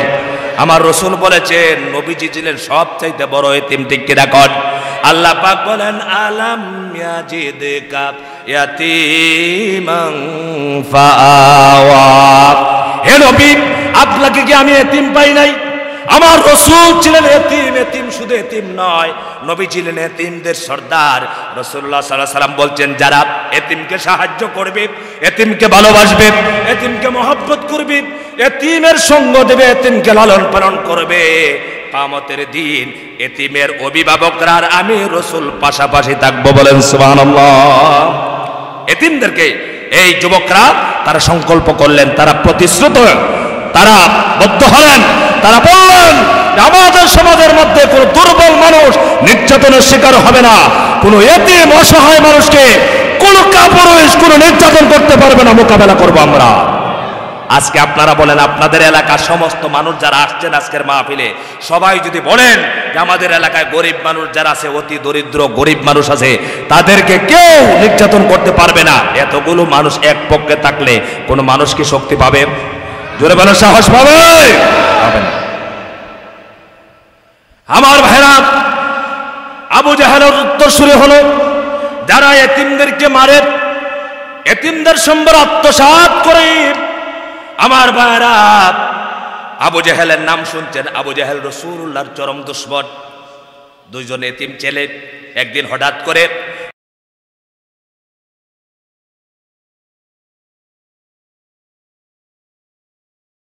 কিছু সামান নিয়ে বাজারে গেছে। আবু জাহেলের একটা চরিত্র ছিল, বাজারে গিয়া জিনিসপত্র কিনে নিয়ে আসতো, কিন্তু টাকা দিত না, বাড়িতে নিয়ে আসতো। দুইটা এতিম ছেলে তারা কিছু জিনিসপত্র নিয়ে বাজারে গেছে, যাওয়ার পর তাদের সামানাগুলো নিয়ে গেল আবু জাহেলের বাড়িতে। এই দুইটা এতিম মানুষ ঘুরতেছে গিয়া আবু জাহেলের বাড়িতে দুইটা এতিম ছেলে বারে বার যাচ্ছে, আবু জাহেলকে বলছে, আবু জাহেল আমাদের পাওনাগুলো দিয়া দাও। আবু জাহেল কোনো মতেই দিচ্ছে না। আহারে, এতিমরা কোথায় যাবে? আমার ভাইরা, এতিমের হক, এতিমের অধিকার আজ থেকে ১৫০০ বছর আগে রাসূলুল্লাহ সাল্লাল্লাহু আলাইহি ওয়াসাল্লাম প্রতিষ্ঠা করেছিলেন, হক আদায় করছিলেন। আবু জাহেল যখন কোনো মতে এতিমদের টাকাগুলি পাওনাগুলি দিচ্ছিল না, সঙ্গে সঙ্গে রাসূলুল্লাহর কাছে দুইজন এতিম গেছেন, গিয়া বললেন রাসূলুল্লাহকে, নবীজি আপনি তো এতিমের দরদ বুঝবেন, কারণ আপনি ছিলেন এতিম, আপনি ছিলেন অসহায়, আপনার কোনো আর্থিক অবস্থা ভালো ছিল না, আপনি তো দুঃখ বেদনা বুঝবেন। যিনি আমার ভাইয়েরা রাসূলুল্লাহকে আল্লাহ পাক কুল কায়নাতের জন্য রাহমাতুল লিল আলামিন পাঠিয়েছিলেন। আমার ভাইয়েরা, এই দুইটা এতিম মানুষ যখন রাসূলুল্লাহর সামনে দাঁড়াইয়া বললেন, ইয়া রাসূলুল্লাহ, হে আবু জাহেল আমাদের সামানাগুলো নিয়ে গেছে, টাকাগুলি দিল না। রাসূলুল্লাহ দুইটা এতিমকে নিয়ে সঙ্গে করে নিয়ে আবু জাহেলের বাড়িতে গেল। আবু জাহেলের বাড়িতে গিয়ে আবু জাহেলকে ডাক দিয়ে বলছে, আবু জাহেল আমি মুহাম্মদুর রাসূলুল্লাহ, সবাই বলেন সাল্লাল্লাহু আলাইহি সাল্লাম, এসেছি, এই দুইটা এতিমকে নিয়ে এসেছি। এই এতিমদের মালগুলো তুমি নিয়ে এসেছো, টাকা দেও নাই, তুমি টাকা দিবা কিনা বলো। আমার ভাইরা, রাসূলুল্লাহ সাল্লাল্লাহু আলাইহি সাল্লাম যখন বলেছেন, সঙ্গে সঙ্গে আবু জাহেল সমস্ত টাকাগুলি দিয়া দিল। দেওয়ার পর অন্য কাফের মুশরিকরা আবু জাহেলকে ডেকে বলছে, রে আবু জাহেল, তুমি তো কাউকে ভয় পাও না, তুমি হলো আমাদের দেশের নেতা, তুমি হলো সমাজের নেতা, তুমি কেমনে মুহাম্মদ আসতে টাকাগুলি দিয়া দিলা? সঙ্গে সঙ্গে আবু জাহেল বলছে, এরে মক্কার মানুষেরা, তোমরা তো বুঝো না, আমার চোখে যা দেখতে পাচ্ছি তোমাদের চোখে তা দেখতে পাচ্ছ না। মুহাম্মদ এসেছে, মুহাম্মাদের সঙ্গে দুইটা এতিম সন্তান নিয়ে এসেছে, কিন্তু মুহাম্মদ একা আসে নাই, মুহাম্মাদের সঙ্গে একটা বিড়াল বাঘ নিয়ে এসেছে। বলেন সুবহানাল্লাহ। কি নিয়ে এসেছেন? বাঘ। আবু জাহেল বলতেছে, এর মক্কার মানুষেরা, মুহাম্মদ এসেছে ইতিমের মালকে উদ্ধার করার জন্য এসেছে। মুহাম্মদ সাল্লাল্লাহু আলাইহি ওয়াসাল্লাম যখন এসেছেন, মুহাম্মদ যখন বলতেছিলেন টাকা দেওয়ার কথা, বিশাল একটা বাঘ আমার দিকে হা করিয়াছে। আমি যদি মুহাম্মাদের কথা না মানি, তাহলে মুহাম্মাদের বাঘটা আমাকে কে ফেলবে? বলেন তো দেখি, আর কেউ দেখছে নাকি? আর কেউ দেখে নাই। আমার ভাইরা, আল্লাহ কি, আল্লাহ রাসূলকে আল্লাহ পাক সাহায্য করেছেন, মুসলমানদেরকে সাহায্য করেছেন। আমার ভাইরা, মুমিনদেরকে সাহায্য করেন কে? আল্লাহর হাবিব সাল্লাল্লাহু আলাইহি ওয়াসাল্লাম এতিমের মাল তিনি উদ্ধার করে দিলেন। রাসূলুল্লাহ সাল্লাল্লাহু আলাইহি ওয়াসাল্লাম সেটাই বলেছেন। 4 নম্বর হলো, নবীজি 4 নম্বর দফা ঘোষণা করলেন, আমাদের সমাজের মধ্যে এতিম অসহায় মানুষ, গরিব মানুষেরা নির্যাতনের শিকার হবে না, তারা অত্যাচারের শিকার হবে না, তাদের সম্পদ কেউ দখল করতে পারবে না। ও যুবকেরা, এই যে দফাগুলি বলতেছি, তোমরা কি সবাই বাসখালীর মধ্যে, তোমাদের সমাজের মধ্যে এই দফাগুলি বাস্তবায়ন করার জন্য রাজি আছো নাকি? রাজি আছেন? সবাই রাজি আছেন? আমার ভাইরা, 4 নম্বর হলো এতিমকে সাহায্য করা। 5 নম্বর হলো বিদেশি বণিকদের কি জানমালের নিরাপত্তা দেওয়া। 5 নম্বরে রাসূলুল্লাহ সাল্লাল্লাহু আলাইহি ওয়াসাল্লাম সহ যুবকরা সিদ্ধান্ত নিলেন, আমাদের দেশে বিভিন্ন জায়গা থেকে মানুষরা যখন আসবে ব্যবসা করার জন্য, মাল নিয়ে আসবে, সামান নিয়ে আসবে, টাকা পয়সা নিয়ে আসবে, তাদের মালগুলো কেউ নিতে পারবে না। আমরা রক্ষণাবেক্ষণ করব, আমাদের সমাজের মধ্যে কোনো বিদেশি মানুষ অত্যাচারের শিকার হবে না। 6 নম্বর হলো সর্বোপরি সব ধরনের অন্যায় অবিচার বন্ধ করা হবে। অন্যায় করা পারবে না, জুলুম করতে পারবে না, অত্যাচার করতে পারবে না। ও আমার ভাইরা, এই যে 6টা দফা বললাম, 1 নম্বর দফা হলো দেশের মধ্যে সমাজের মধ্যে শান্তি শৃঙ্খলা বজায় রাখা। 2 নম্বর হলো বিভিন্ন গোত্রের মানুষদের মধ্যে রক্ত যুদ্ধ বন্ধ করা, আমরা যদি মারামারি বন্ধ করে দেই। 3 নম্বর হলো অত্যাচারিত মানুষের পাশে থাকা, জালেমের বিরোধিতা করা। 4 নম্বর হলো দুর্বল এতিমের পাশে থাকা। 5 নম্বর হলো বিদেশি মানুষকে সাহায্য করা, তাদের জানমালের নিরাপত্তা দেওয়া। 6 নম্বর হলো তাদেরকে সব ধরনের অবিচার বন্ধ করা সমাজ থেকে। এগুলো যদি সমাজের মধ্যে করা যায় তাহলে সমাজটা সুন্দর হবে কিনা বলেন? আমার রাসূল সাল্লাল্লাহু আলাইহি ওয়াসাল্লাম 25 বছর বয়সে এগুলো করলেন। আস্তে আস্তে করে এই মক্কার মানুষের চরিত্র দেখতে দেখে রাসূলুল্লাহ সাল্লাল্লাহু আলাইহি ওয়াসাল্লাম কোথায় যাবেন, কার কাছে যাবেন, কোথায় যাবেন, নবীজি হেরা গুহার মধ্যে অবস্থান করতে লাগলেন। রাসূলুল্লাহ সাল্লাল্লাহু আলাইহি ওয়াসাল্লামের বয়স যখন হলো 40 বছর হওয়ার পর হেরা গুহার মধ্যে আল্লাহ পাক এই যে কুরআনুল কারীম আজ আপনারা দেখতেছেন, এই কুরআনুল কারীম দিয়া হযরতে জিবরিল আমিনকে আল্লাহ পাক পাঠায়া দিলেন। সুবহানাল্লাহ। এই হেরা গুহার কোরআন আজকে বাসকালিতে আছে না নাই? কথা বলেন, আছে না নাই? এই কোরআন কোথায় নাজিল হয়েছিল বলেন সবাই? মক্কা শরীফে, মদিনা শরীফে। হেরা গুহার কোরআন, রাসূলের উপরে নাজিল হওয়া কোরআন, আল্লাহ পাকের বিধি বিধানের কোরআন সেই মক্কা শরীফে নাজিল হয়েছিল। সেই মক্কা থেকে বাসকালী পর্যন্ত কোরআন আসতে এমনিতে আসে নাই। মক্কা শরীফ থেকে, মদিনা শরীফ থেকে বাংলা জমিন পর্যন্ত কোরআন আসতে, তাম পৃথিবীতে কোরআন আসতে অসংখ্য লক্ষ লক্ষ তাওহীদের উপর মুসলমান ইমানদারদের রক্ত দিতে হয়েছে। রক্তের উপর দিয়ে কোরআন এসেছে। ও মুসলমান, কিয়ামত পর্যন্ত আল্লাহর জমিনে কোরআনকে টিকিয়ে রাখতে হলে রক্ত দেওয়ার জন্য প্রস্তুত থাকতে হবে। আল্লাহর জমিনে কারা কারা আল্লাহর জন্য রক্ত দিতে প্রস্তুত আছে? হাত তুলে দেখাও।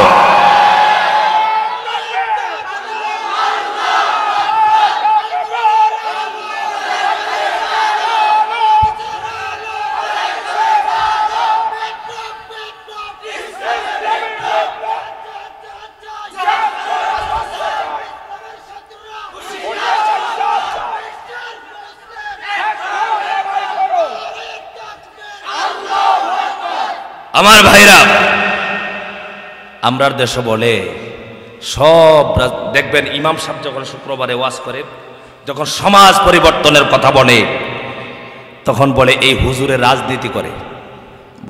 বলে কিনা বলেন? বলেন কিনা? হুজুর কি করে? রাজনীতি করে। তার মানে রাজনীতি খুব খারাপ জিনিস। আপনারা বলেন না রাজনীতি করা খুব খারাপ জিনিস? তারা রাজনীতি করলে, এই জন্য আমার ভাষায় আমি বলি তাদের জন্য রাজনীতি করা হলো হারাম, আর ইমামের জন্য হারাম। ঠিক কিনা কান? একদল মানুষ মনে করে, কিন্তু আল্লাহর কোরআন দিয়ে রাষ্ট্র পরিচালনা করার জন্য আল্লাহ পাক বলেছেন, আল্লাহ বলেছেন ইনিল হুকমু ইল্লা লিল্লাহ। জমিন যার আইন চলবে কার? আরো জোরে বলতে হবে, আইন চলবে কার? আল্লাহর আইনকে কেউ অস্বীকার করলে মুসলমান হওয়া লাগবে, কালেমা পড়ে। কি হওয়া লাগবে বলেন? জিহাদকে অস্বীকার করলে, জিহাদের কথা বললে যদি কারো চেহারা কালো হয়, কারো যদি রাগ হয়, গুসা হয়, সে মুনাফিক হয়ে যায়, তো কোনো সন্দেহ নাই। কারণ জিহাদের কথা আল্লাহ বলছেন ওয়াজাহিদু ফিল্লাহি হাক্কা জিহাদি কুতিবা আলাইকুমুস সিয়াম কুতিবা আলাইকুমুল কিতাল। হুজুরকে ধরার আগে পারলে বাপের পেটার ক্ষমতা থাকলে কোরআনের একটি আয়াতকে পরিবর্তন করে দেখাও। পেরেছে কেউ? কোরআন দিয়ে কথা বললেন না, কারণ কোরআন তো নাজিল হয় নাই। রাসূলুল্লাহ সকলের কাছে ভালো, আবু জাহেলের কাছে ভালো, আবু লাহাবের কাছে ভালো, উতবার কাছে ভালো, সাইবার কাছে ভালো, ওলীদ ইবনে মুগিরার কাছে ভালো, সকলের কাছেই ভালো। যখন কোরআন নাজিল হলো, হওয়ার পর আল্লাহ নবী বললেন এক আল্লাহ ছাড়া কারো দাসত্ব গোলামি চলবে না। তাওহীদের দাওয়াত দিলেন, একত্ববাদের ঘোষণা দিলেন, আর বললেন মূর্তি পূজা ছেড়ে দাও, মানুষের পূজা ছেড়ে দাও, আগুনের পূজা ছেড়ে দাও, মাছের পূজা ছেড়ে দাও, গাছের পূজা ছেড়ে দাও। একমাত্র পূজা করতে হবে, ইবাদত করতে হবে কার? আল্লাহ পাকের দাসত্ব করো, গোলামি করো। এই দাওয়াতটা যখন দিলেন, হকের কথা বললেন, বলার সঙ্গে সঙ্গে আবু জাহেল শত্রু হয়ে গেল, আবু লাহাব শত্রু হয়ে গেল, উতবা শত্রু হয়ে গেল, ওয়ালিদ ইবনে মুগীরা শত্রু হয়ে গেল, নজর ইবনে হারিস শত্রুতা হয়ে গেল, কাফেরগুলো শত্রুতা শুরু করলো। আমার নবীজিকে আর দেখতে পারে না, রাসূলকে দেখতে পারে না।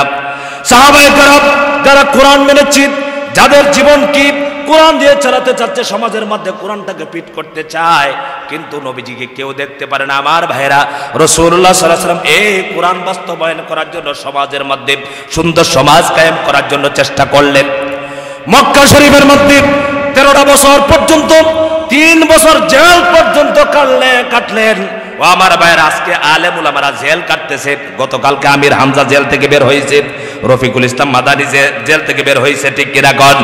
আমার ভাইরা, অসংখ্য মানুষেরা এই দুনিয়াতে কোনো চুরি করে নাই, ডাকাতি করে নাই, কারো সম্পদ আত্মসাৎ করে নাই, কারো মাথায় বাড়ি দেয় নাই, কাউকে হত্যা করে নাই, কিন্তু একমাত্র আল্লাহর জমিনে আল্লাহর কোরআনের কথা বলার কারণে জেল কাটতে হয়েছে, ঠিক কিনা কন?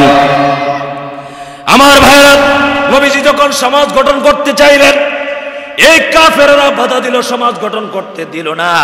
13টি বছর পর্যন্ত রাসূলুল্লাহ সাল্লাল্লাহু আলাইহি ওয়াসাল্লাম চেষ্টা করলেন, নবীজিকে আহত করলেন, কষ্ট দিলেন, 3 বছর পর্যন্ত জেলখানায় বন্দী রাখলেন।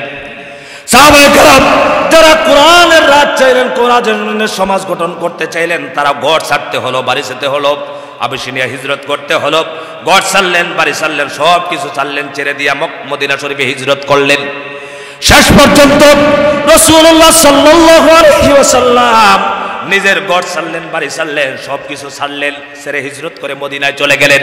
মদিনার মানুষেরা গ্রহণ করলেন, নবীজিকে এত সুন্দরভাবে গ্রহণ করলেন। মদিনা শরীফে রাসূলুল্লাহ সাল্লাল্লাহু আলাইহি ওয়াসাল্লাম 10 বছর নবীজি প্রেসিডেন্ট ছিলেন। আল্লাহু আকবার। মদিনা শরীফের মধ্যে রাসূলুল্লাহ এত সুন্দর একটা সমাজ কায়েম করলেন। আমার ভাইরা, নবীজি মদিনার মধ্যে গিয়া, মদিনার মধ্যে বিভিন্ন ধর্মের মানুষেরা বসবাস করত। রাসূলুল্লাহ সাল্লাল্লাহু আলাইহি ওয়াসাল্লাম সুন্দর সমাজ উপহার দিলেন, একজন আর একজনকে ভাই ভাই বানায় দিলেন। মুহাজির এবং আনসার যারা হলো মদিনার সাহাবী, তারা হলো আনসার, আর যারা হিজরত করে গেলেন তারা হলো মুহাজির। নবীজি সকলকে বললেন, তোমরা একজন আরেকজনের ভাই ভাই হয়ে যাও। কি বলেন তো দেখি? ও আমার ভাইরা, আমরা যারা মুসলমান, আমরা সকলেই ভাই ভাই। রাসূলুল্লাহ ভাই ভাই বানায় দিলেন। আমার ভাইরা, আল্লাহর নবী সাল্লাল্লাহু আলাইহি ওয়াসাল্লাম মদিনা শরীফের মধ্যে মদিনার সনদ প্রতিষ্ঠা করলেন। 47টা ধারা দিলেন। 47 ধারার ভিতরে একটা ধারা ছিল, একটা দফা ছিল, আমার ভাইরা, ধর্ম নিয়ে বাড়াবাড়ি করা হবে না।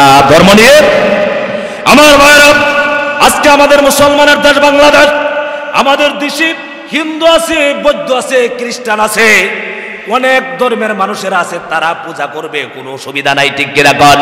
কারণ আল্লাহ পাক কোরআনুল কারীমে বলছেন, লা ইকরাহা ফিদ্দীন, ধর্ম নিয়ে কোনো বাড়াবাড়ি করা হবে না।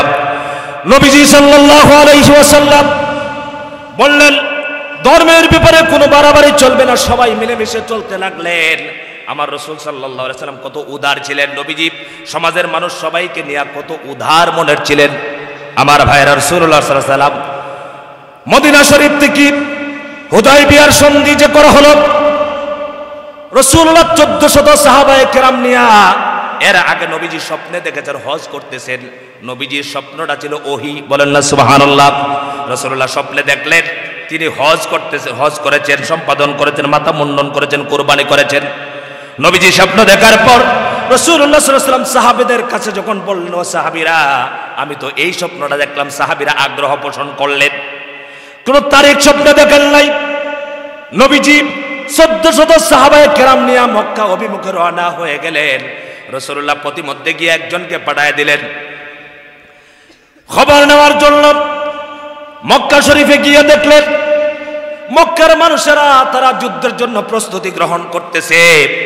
রাসূলুল্লাহ সাল্লাল্লাহু আলাইহি ওয়াসাল্লাম 1400 সাহাবায়ে কেরাম নিয়ে আল্লাহর নবী হুদায়বিয়া নামক স্থানে যখন পৌঁছলেন, পৌঁছার সঙ্গে সঙ্গে মক্কার কাফেররা বাধা দিলেন আর বললেন, মুহাম্মদ, তুমি মক্কায় প্রবেশ করতে পারবে না, তোমার সাহাবীরা প্রবেশ করতে পারবে না, হজ করতে পারবে না। রাসূলুল্লাহ সাল্লাল্লাহু আলাইহি ওয়াসাল্লাম এখানে থেমে পড়লেন। আল্লাহর নবী সাল্লাল্লাহু আলাইহি ওয়াসাল্লাম মক্কার মানুষের অবস্থাটা পর্যবেক্ষণ করার জন্য হযরতে উসমান রাদিয়াল্লাহু তাআলা আনহুকে পাঠিয়ে দিলেন। হযরত উসমান যখন মক্কা শরীফে প্রবেশ করলেন, মক্কা শরীফে প্রবেশ করার পর কাফের বেঈমানেরা একটা কথা উড়িয়ে দিল, বলল উসমানকে হত্যা করা হয়েছে। আমার ভাইয়েরা, কাফের বেঈমানেরা মুসলমানদেরকে পরীক্ষা করে। কাফেরেরা হযরত উসমান রাদিয়াল্লাহু তাআলা আনহুকে শাহাদাতের কথা বলে, হত্যার কথা বলে, তারা টেস্ট করে দেখে, পরীক্ষা করে মুসলমানরা কি ভয় পায় কিনা। আমার ভাইয়েরা, হযরত উসমান রাদিয়াল্লাহু তাআলা আনহু যখন ওই কাফেরদের সংবাদ সংগ্রহ করার জন্য গেলেন, কাফেরেরা একটা সংবাদ পৌঁছিয়ে দিল আর বলল ওসমানকে শহীদ করা হয়েছে, ওসমানকে হত্যা করা হয়েছে। আমার ভাইরা, 1400 সাহাবী, সমস্ত সাহাবীরা তাবুত থেকে বের হয়ে গেলেন। বের হইয়া জমিনের মধ্যে রাসূলুল্লাহ সাল্লাল্লাহু আলাইহি ওয়াসাল্লাম নিজেও বের হয়ে গেলেন। ও মুসলমানেরা, একজন মুসলমানের দাম কত? আজকে তাম পৃথিবীর মুসলমানেরা, তাম পৃথিবীতে প্রায় 600 কোটি মানুষ বসবাস করতেছে। যদি 600 কোটি মানুষের ভিতরে 200 কোটি আছে মুসলমান, এই 200 কোটি মুসলমান যদি একসাথে লিল্লাহি তাকবীর আল্লাহু আকবার বলে রাজপথে স্লোগান দিয়ে নেমে পড়া যেত, একটা বেঈমানের বাচ্চা মুসলমানের মোকাবেলা করার সাহস পেত না। ঠিক কি না? আজকে 200 কোটি মুসলমান, কিন্তু মুসলমানের ভিতরে 200 কোটি মুসলমান হলে কি হবে? বেশিরভাগ মুসলমান আজকে মুনাফিক হয়ে গেছে। ঠিক কি না? আমার ভাইরা, আল্লাহ রাসূল বের হয়ে গেছেন। আল্লাহর নবী হাত মোবারক রাখলেন, রেখে সাহাবীদেরকে বললেন, সাহাবীরা আমার ওসমানকে যদি শহীদ করে, ভালো করে লক্ষ্য করেন ও মুসলমানেরা, সাহাবায়ে কেরাম একজন একজন করে নবীজির হাতের মধ্যে হাত রাখতেছেন আর সবাই ওয়াদাবদ্ধ হচ্ছেন। সকলেই ওয়াদা করতেছেন আর বলতেছেন, ইয়া রাসূলুল্লাহ, উসমানকে যদি হত্যা করে ফেলে মক্কার কাফেরেরা, উসমানের বদলা না নেওয়া পর্যন্ত আমার শরীরের মধ্যে এক ফোঁটা রক্ত বিন্দু থাকা পর্যন্ত কাফেরদের বিরুদ্ধে যুদ্ধ করে যাব। সুবহানাল্লাহ। এক ফোঁটা রক্ত থাকতেও আমি বাড়িতে যাব না। একজন একজন করে 1400 সাহাবী নবীজির হাত মুবারকের মধ্যে হাত রাখলেন। সকলেই বললেন, ইয়া রাসূলুল্লাহ, মক্কার কাফের বেঈমানেরা যদি উসমানকে শহীদ করে থাকে, উসমানকে যদি হত্যা করে থাকে, আমরা 1400 সাহাবী আপনাকে কথা দিলাম, ইয়া রাসূলুল্লাহ, আমরা একজনও আমাদের জীবন থাকতে বাড়িতে ফিরে যাব না বদলা না নেওয়া পর্যন্ত। আমার ভাইরা, নবীজির নিজের হাতটাও রাখলেন আর রাসূলুল্লাহ সাল্লাল্লাহু আলাইহি ওয়াসাল্লাম নিজেও বললেন, আমার উসমানের পক্ষ থেকে এই হাতটা রাখা হলো। নবীজিও বললেন, ও সাহাবীরা সবাই ওয়াদাবদ্ধ হও, যতক্ষণ পর্যন্ত উসমানের বদলা না নেব ততক্ষণ পর্যন্ত বাড়িতে ফিরে যাব না। ও বাসখালীর ভাইয়েরা, আজকে যদি তাম পৃথিবীর মুসলমানেরা, বাংলাদেশের 95% মুসলমানেরা একত্রিত হতে পারে, মুসলমানের ভিত্তিতে, ঈমানের ভিত্তিতে যদি এক হয়ে লিল্লাহি তাকবীর আল্লাহু আকবার স্লোগান দেওয়া যায়, বাংলাদেশে একটা নাস্তিক, একটা মুরতাদ কোরআনের বিরুদ্ধে কথা বলার সাহস পাবে না। ঠিক কিনা বলে? আমার ভাইয়েরা, প্রয়োজন হয় সমস্ত মুসলমানেরা, আওয়ামী লীগ, বিএনপি, জামাত সহ সমস্ত দলের মুসলমানেরা ঈমানের ভিত্তিতে এক হয়ে আল্লাহর জমিনে বেঈমানদের বিরুদ্ধে লড়তে রাজি আছেন? কারা কারা হাত তুলে দেখান।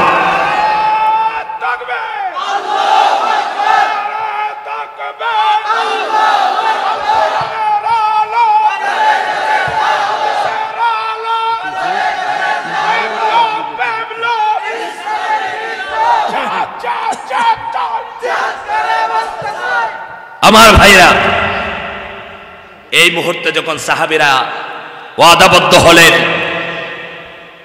সঙ্গে সঙ্গে কি সমস্যা হচ্ছে?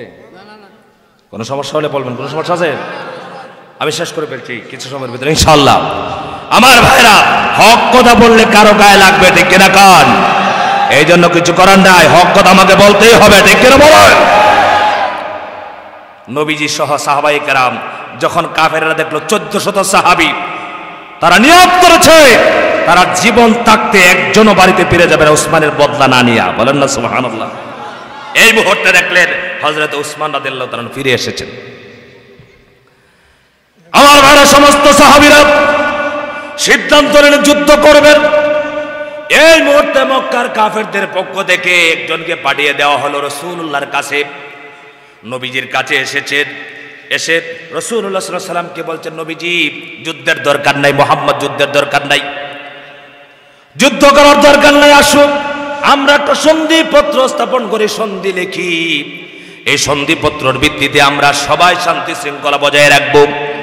আমার ভাইয়েরা, এই কথা বলার পর সাহাবায়ে কেরাম বলতেছেন, ইয়া রাসূলুল্লাহ, হে আমরা যুদ্ধ করব, আমরা জীবন দিব, শহীদ হব, তের তামান্না সকলের আছে না নাই? সবাই বলেন আছে না নাই? সবাইকে শহীদ হতে চান আল্লাহর রাস্তায়? লিল্লাহি তাকবীর। একটা হাদিস বলে যাচ্ছি, নবী সাল্লাল্লাহু আলাইহি ওয়াসাল্লাম হাদিস শরীফে বলেছেন, প্রত্যেকটা মুমিনের ভিতরে শহীদ হওয়ার তামান্না রাখতে হবে। যদি মুমিন হয়, ইমানদার হয়, যদি শহীদ হওয়ার তামান্না না রাখে, সে মুনাফিক হয়ে মারা যায়। কিন্তু শহীদ হবে, কিন্তু জিহাদ করলো না, শহীদ হলো না, যদি শহীদের তামান্না রাখে, আল্লাহ পাক জোরে মারা গেলে, স্বাভাবিক মৌত হলেও আল্লাহ পাক শাহাদাতের মৌত নসিব করে দেয়। বুঝতে পেরেছেন আপনারা? কারণ এটা অনেক দামি, অনেক উঁচু মৌত, শহীদের মৌত, শহীদের তামান্না সকলের ভিতরে আছে। সাহাবায়ে কেরাম বলছেন আমরা শহীদ হব, নবীজি বললেন দরকার নাই, যুদ্ধের দরকার নাই। রাসূলের আদর্শটা দেখেন। আমার ভাইরা, হুদায়বিয়ার সন্ধি স্থাপন করা হলো, মক্কার কাফিরদের পক্ষ থেকে সন্ধিপত্র লেখা হলো, সন্ধিপত্রটা লিখে রাসূলুল্লাহর কাছে পাঠিয়ে দেওয়া হলো। আমার ভাইরা, আল্লাহর নবী মুহাম্মদুর রাসূলুল্লাহ সাল্লাল্লাহু আলাইহি ওয়াসাল্লাম হযরতে আলী রাদিয়াল্লাহু তাআলা আনহু কি বললেন, আলী সন্ধিপত্রের মধ্যে তুমি লেখো মুহাম্মদুর রাসূলুল্লাহ সাল্লাল্লাহু আলাইহি ওয়াসাল্লাম, মুহাম্মদুর রাসূলুল্লাহর পক্ষ থেকে সন্ধিপত্র। আমার ভাইরা, এই কাফের যখন মুহাম্মদুর রাসূলুল্লাহ সাল্লাল্লাহু আলাইহি ওয়াসাল্লামের নাম বলছেন, কাফের বলতেছে মুহাম্মদ লিখতে পারবা, কিন্তু রাসূলুল্লাহ আমরা মানব না, মুহাম্মদ লেখা থাকবে, রাসূলুল্লাহ লেখা যাবে না। নবীজি তাও মেনে নিলেন। নবীজি বললেন, ঠিক আছে মুহাম্মদ লেখো, রাসূলুল্লাহ শব্দটা বাদ দিয়া দাও। ও মুসলমান ভাইরা, আমার নবীজির কি আদর্শটা ছিল? রাসূলুল্লাহ সাল্লাল্লাহু আলাইহি ওয়াসাল্লাম নবীজির আদর্শে যারা আদর্শিত হয়, রাসূলুল্লাহর আদর্শ যারা মানে, তারা হত্যা গুণ খারাপিকে প্রশ্রয় দিতে পারে না, তারা চায় শান্তি, শান্তির সমাজ নবীজি গঠন করেছিলেন। রাসূলুল্লাহ সাল্লাল্লাহু আলাইহি ওয়াসাল্লাম বললেন, আলী রে রাসূলুল্লাহ শব্দটা কেটে দাও, যেহেতু তারা মানতেছে না। হযরত আলী নবীজিকে বলেন, ইয়া রাসূলুল্লাহ, এর জীবনে যত আদেশ দিয়েছেন একটা আদেশও লঙ্ঘন করি নাই, কিন্তু আজকে যে আদেশ দিলেন গো নবীজি, রাসূলুল্লাহ শব্দের উপরে আমি আলী কলম ধরতে পারবো না। বলেন সুবহানাল্লাহ। হযরত আবু বকরকে বলা হলো, আবু বকর বললেন আমি পারবো না। ওমরকে বলা হলো, তারাও বললেন পারবো না। নবীজি নিজ হাতে কলম নিয়ে রাসূল শব্দটা কেটে দিলেন, নবীজি কেটে দিলেন, মুহাম্মদ শব্দ শুধু রইল। ও আমার ভাইরা, আজকে যুদ্ধ জিহাদের কথা বললি মানুষ মনে করে দাঙ্গা হাঙ্গামা মারামারি করা এটাই নাকি জিহাদ, এইটার নাম জিহাদ নয়। আমার নবীজি মারামারি কাটাকাটি ফিতনা ফাসাদ পছন্দ করতেন না। নবীজি এই সন্ধিপত্রগুলো গ্রহণ করলেন। এই সন্ধির মধ্যে সর্বপ্রথম কাফেরদের পক্ষ থেকে শর্ত দেওয়া হলো, এবছর আপনারা এসেছেন, আপনারা এবছর হজ করতে পারবেন না, ফিরে যাবেন। এবছর কি করবেন? ফিরে যাবেন, আপনারা হজ করতে পারবেন না। সাহাবায়ে কেরাম বলতেছেন, না আমরা এসেছি, আমরা হজ করবই। আর কাফেররা বলতেছে এবছর হজ করতে পারবেন না, চলে যাবেন। আমার ভাইরা, রাসূলুল্লাহ সাল্লাল্লাহু আলাইহি ওয়াসাল্লাম বললেন, ও সাহাবীরা হজ করতে হবে না, সবাই চলো ফিরে যাই। নবী সাল্লাল্লাহু আলাইহি ওয়াসাল্লামকে আরো অনেকগুলি শর্ত দেওয়া হলো। আমার ভাইরা, এবছর হজ করতে পারবে না, অন্য বছর হজ করবেন, এবং অস্ত্র নিয়ে আসতে পারবেন না, 3 দিনের উপরে থাকতে পারবেন না, এবং মক্কা শরীফ থেকে কোনো মানুষ যদি মদিনায় চলে যায় তাদেরকে ফেরত দিতে হবে, আর মদিনা থেকে যদি কেউ আসে তাহলে ফেরত দেবে না। এইরকম অনেকগুলো শর্ত দিল। সমস্ত শর্তগুলো কাফেরদের পক্ষের, মুহাম্মদুর রাসূলুল্লাহ সাল্লাল্লাহু আলাইহি ওয়াসাল্লামের পক্ষের শর্ত ছিল না। আমার ভাইরা, সাহাবীরা সবাই বড় মনের মধ্যে যন্ত্রণা নিয়ে, কষ্ট নিয়ে যখন ফিরে যাচ্ছিলেন মদিনার দিকে, আমার ভাইরা, আল্লাহ পাক কুরআনুল কারীমের সূরা ফাতহ, বিজয়ের সূরা, কোন সূরা বলেন? আমাদের দেশে বিজয় দিবস আছে না নাই? জোরে বলেন আছে না নাই? বিজয় দিবস আছে, উল্লাসের দিবস। আমার ভাইরা, রাসূলুল্লাহর কাছে আল্লাহ পাক সূরা ফাতহ নাযিল করলেন। আল্লাহ পাক বললেন ইন্না ফাতাহনা লাকা ফাতহাম মুবিনা। আমার ভাইরা, নবীজি সাল্লাল্লাহু আলাইহি সাল্লাম সাহাবায়ে কেরামকে নিয়ে যাচ্ছেন। নবীজিকে আল্লাহ পাক বলেন, নবীজি আপনি দুঃখ করবেন না, আপনার সাহাবীরা দুঃখ করার দরকার নাই, আমি আল্লাহ পাক আপনাকে প্রকাশ্য বিজয় দান করব। বলেন সুবহানাল্লাহ। আমার ভাইরা সাহাবীরা অত্যন্ত পরাক্রান্ত হৃদয় নিয়ে, দুঃখ বেদনা যন্ত্রণা নিয়ে যখন মদিনা শরীফে চলে গেলেন, যাওয়ার পর 2 বছর হিজরতের 8ম বছরে রাসূলুল্লাহ সাল্লাল্লাহু আলাইহি ওয়াসাল্লাম তারা শর্ত ভঙ্গ করেছেন। আমার ভাইরা, আল্লাহর নবী একজন নয়, 2 জন নয়, 10,000 সাহাবায়ে কেরাম নিয়া আল্লাহ নবী সাল্লাল্লাহু আলাইহি ওয়াসাল্লাম মক্কা শরীফে প্রবেশ করলেন। কোন জায়গায়? মক্কা শরীফে প্রবেশ করলেন। মক্কা বিজয়ের সময় রাসূলুল্লাহ সাল্লাল্লাহু আলাইহি ওয়াসাল্লামের মাথার মধ্যে কালো পাগড়ি বেঁধে নবীজি মক্কা শরীফে প্রবেশ করলেন। মক্কা শরীফে প্রবেশ করে সংক্ষেপে বলছে আমার ভাইয়েরা, অনেক লম্বা ঘটনা। নবীজি সাল্লাল্লাহু আলাইহি ওয়াসাল্লাম 10,000 সাহাবায়ে কেরাম যখন নিয়ে প্রবেশ করলেন, মক্কার কাফের বেঈমানেরা তারা বই আতঙ্কিত হয়ে গেল, হারে মুহাম্মদ তো আজকে 10,000 মানুষ নিয়ে এসেছেন। আমার ভাইয়েরা, নবীজি সাল্লাল্লাহু আলাইহি ওয়াসাল্লাম কি কাফের বেঈমানেরা তারা ভয় পেয়েছেন আর চিন্তা করলেন, হারে আমার মনে হয় মুহাম্মদকে কত যন্ত্রণা দিলাম, কত কষ্ট দিলাম, এখন তো বদলা নেবেন। আমার নবীজি মক্কা শরীফে প্রবেশ করে সাহাবায়ে কেরামকে নিয়ে 10,000 সাহাবায়ে কেরামকে নিয়ে প্রবেশ করেছেন, কিন্তু কাউকে আঘাত করলেন না, কষ্ট দিলেন না। কাবা শরীফের ভিতরে 360টা মূর্তি ছিল। রাসূলুল্লাহ সাল্লাল্লাহু আলাইহি ওয়াসাল্লাম কাবা শরীফের সামনে দাঁড়ায়া কুরআনুল কারীমের আয়াত পড়লেন, ওয়া কুল জাআল হক ওয়াজাহাকাল বাতিল ইন্নাল বাতিলা কানা যাহুকা। এই আয়াতটা তেলাওয়াত করলেন, আর মক্কা শরীফের কাবার ভিতর থেকে মূর্তিগুলো ঘর থেকে বের করে দেওয়া হলো। আমার ভাইরা, আজকে মুসলমানের ঘরে মূর্তি আছে না নাই? যে মূর্তিকে আল্লাহর হাবিব ঘর থেকে বের করে দিলেন, আল্লাহর ঘরটা পবিত্র করলেন, পবিত্র করে মসজিদে আল্লাহর ঘরের ভিতরে কাবা শরীফের ভিতরে রাসূলুল্লাহ সাল্লাল্লাহু আলাইহি ওয়াসাল্লাম নামাজ আদায় করলেন। নামাজ আদায় করার পরে কাবা শরীফের চতুর্দিকে মক্কার কাফেররা দাঁড়ায় আছে। আল্লাহর নবী একটা ভাষণ দিলেন আর বললেন, ও মক্কার কাফেরেরা, বেঈমানেরা, বলো তো দেখি আজকে আমার কাছ থেকে তোমরা কেমন ব্যবহার আশা করো। কাফেরদেরকে বলছেন, দেখেন বিশ্ব নেতা কাহাকে বলে, নেতা কাহাকে বলে, নেতার চরিত্র কেমন হয়। আর আমাদের নেতারা ঘরে বসে বসে কর্মীদেরকে পাঠায় দেয় মারামারি করে আয়, ঠিক কিনা কান? মারা গেলে কর্মী মারা যা, নেতা এসি রুমের মধ্যে বসে বসে খবর দেখে, ঠিক কিনা কান? বিশ্বনবী ছিলেন বিশ্ব নেতা, সুবহানাল্লাহ। নেতার চরিত্র কেমন হওয়ার দরকার। আর এইরকম নেতা যদি না হয়, উল্টা পাল্টা নেতা হলে জুতার বাড়ি গাইতে হবে, ঠিক কিনা কান? বহুত মাহফিলে দেখেন না কিছু নেতারা ওইটা মাইক নিয়ে যায় হুজুরের হাতে, পরে জুতা দেইটায়, ঠিক কিনা কান? মুখ পর্যন্ত বলবে যে মাহফিলে বাধা দেওয়ার কারণে জুতা দেওয়া ওরে ফিটাইছিল, ঠিক কিনা কান? আমার নবী ছিলেন বিশ্ব নেতা। নেতার ব্যবহারটা কেমন ছিল? রাসূলুল্লাহ শান্তির সমাজ গঠন করেছিলেন। শান্তির সমাজ শুধু স্লোগান দিলে হয় না, শান্তির সমাজ গঠন করতে হলে ভিতরে থাকতে হয় মহব্বত, ভালোবাসা। আমার নবীজি কাফেরদেরকে বললেন, কাফেরেরা, তোমরা আমার পক্ষ থেকে আজ কি ব্যবহারটা তোমরা আশা করো?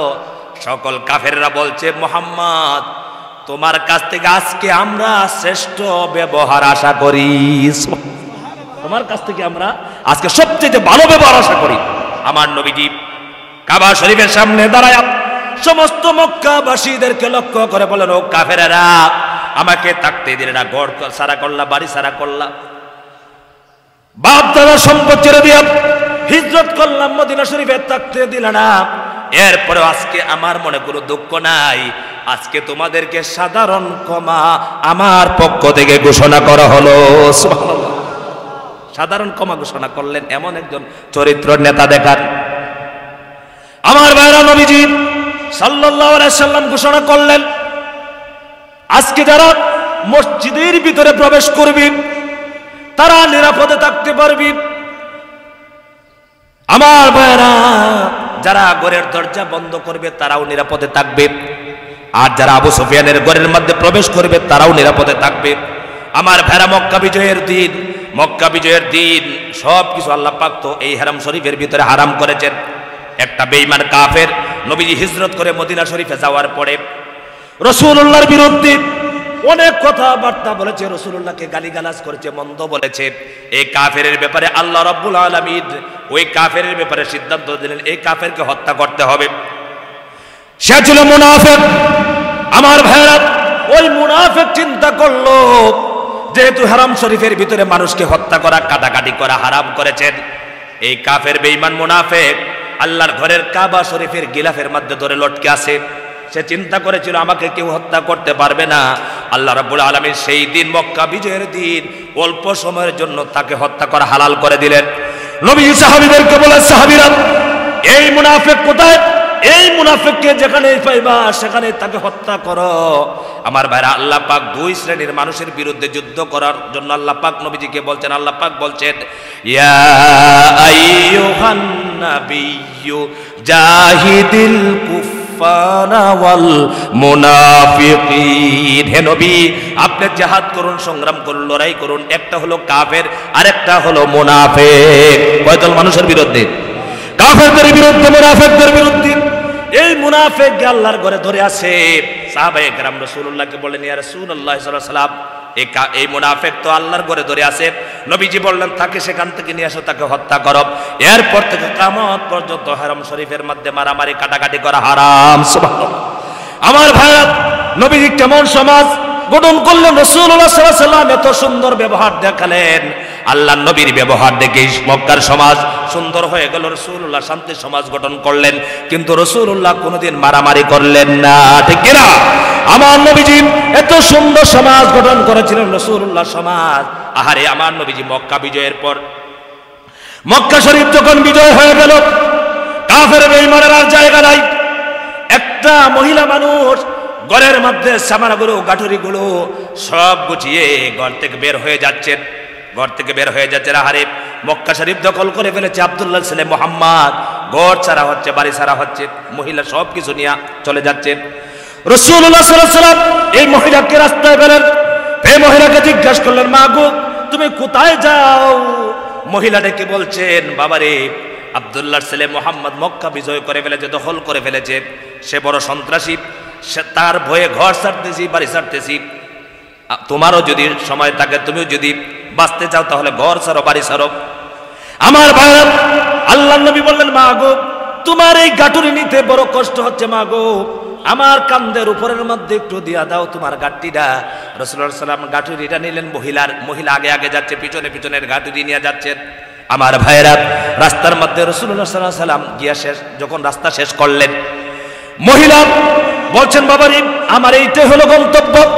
নবীজি বললেন, মা গো, যার কারণে তুমি ঘর ছাড়লা, বাড়ি ছাড়লা, যার বয়ে আব্দুল্লাহর ছেলে মুহাম্মদ, তাকে দেখছো নাকি? আমার ভাইরা, মহিলা বলছে, বাবারে, তোমার মতো যদি মানুষ পেতাম, এই সমাজের মানুষ হতো, কত ভালো হতো। রাসূলের চরিত্রটা কেমন ছিল? ও যুবকেরা, চরিত্র ভালো করতে হবে।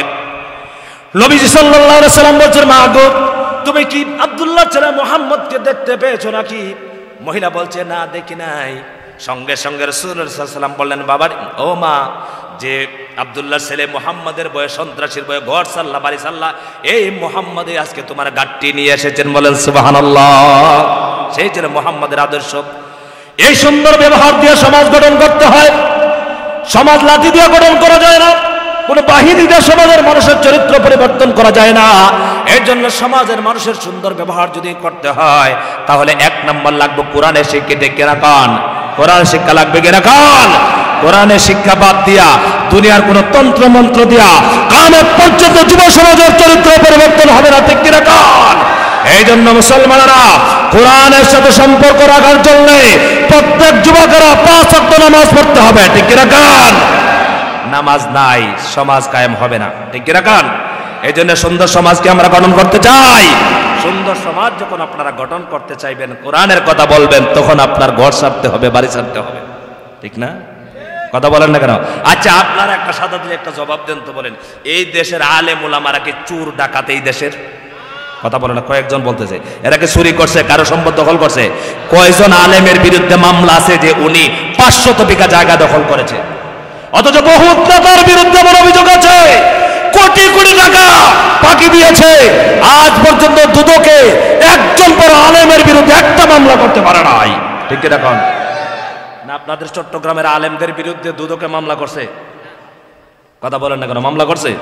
চট্টগ্রামের বড় বড় আলেমদের বিরুদ্ধে দুদক মামলা করতে পেরেছে, কারণ এরাই প্রমাণ করে এই দেশের আলেমরা দুর্নীতিবাজ নয়।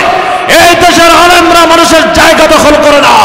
এই দেশের আলেমরা চায় মানুষ কোরআন দিয়ে তাদের চরিত্র গঠন করে। ঠিক কিনা বলেন? এই জন্য আগামীতে যারা এই কোরআনের মাহফিলে বাধা দিবে, আলেমদেরকে হত্যা করার জন্য ষড়যন্ত্র করবে, আগামী বাংলাদেশ কোরআনের বাংলাদেশ, বাংলাদেশের 95% মুসলমানেরা তার বাংলা জবাব দেওয়ার জন্য কারা কারা প্রস্তুত আছো? হাত তুলে দেখা দাও।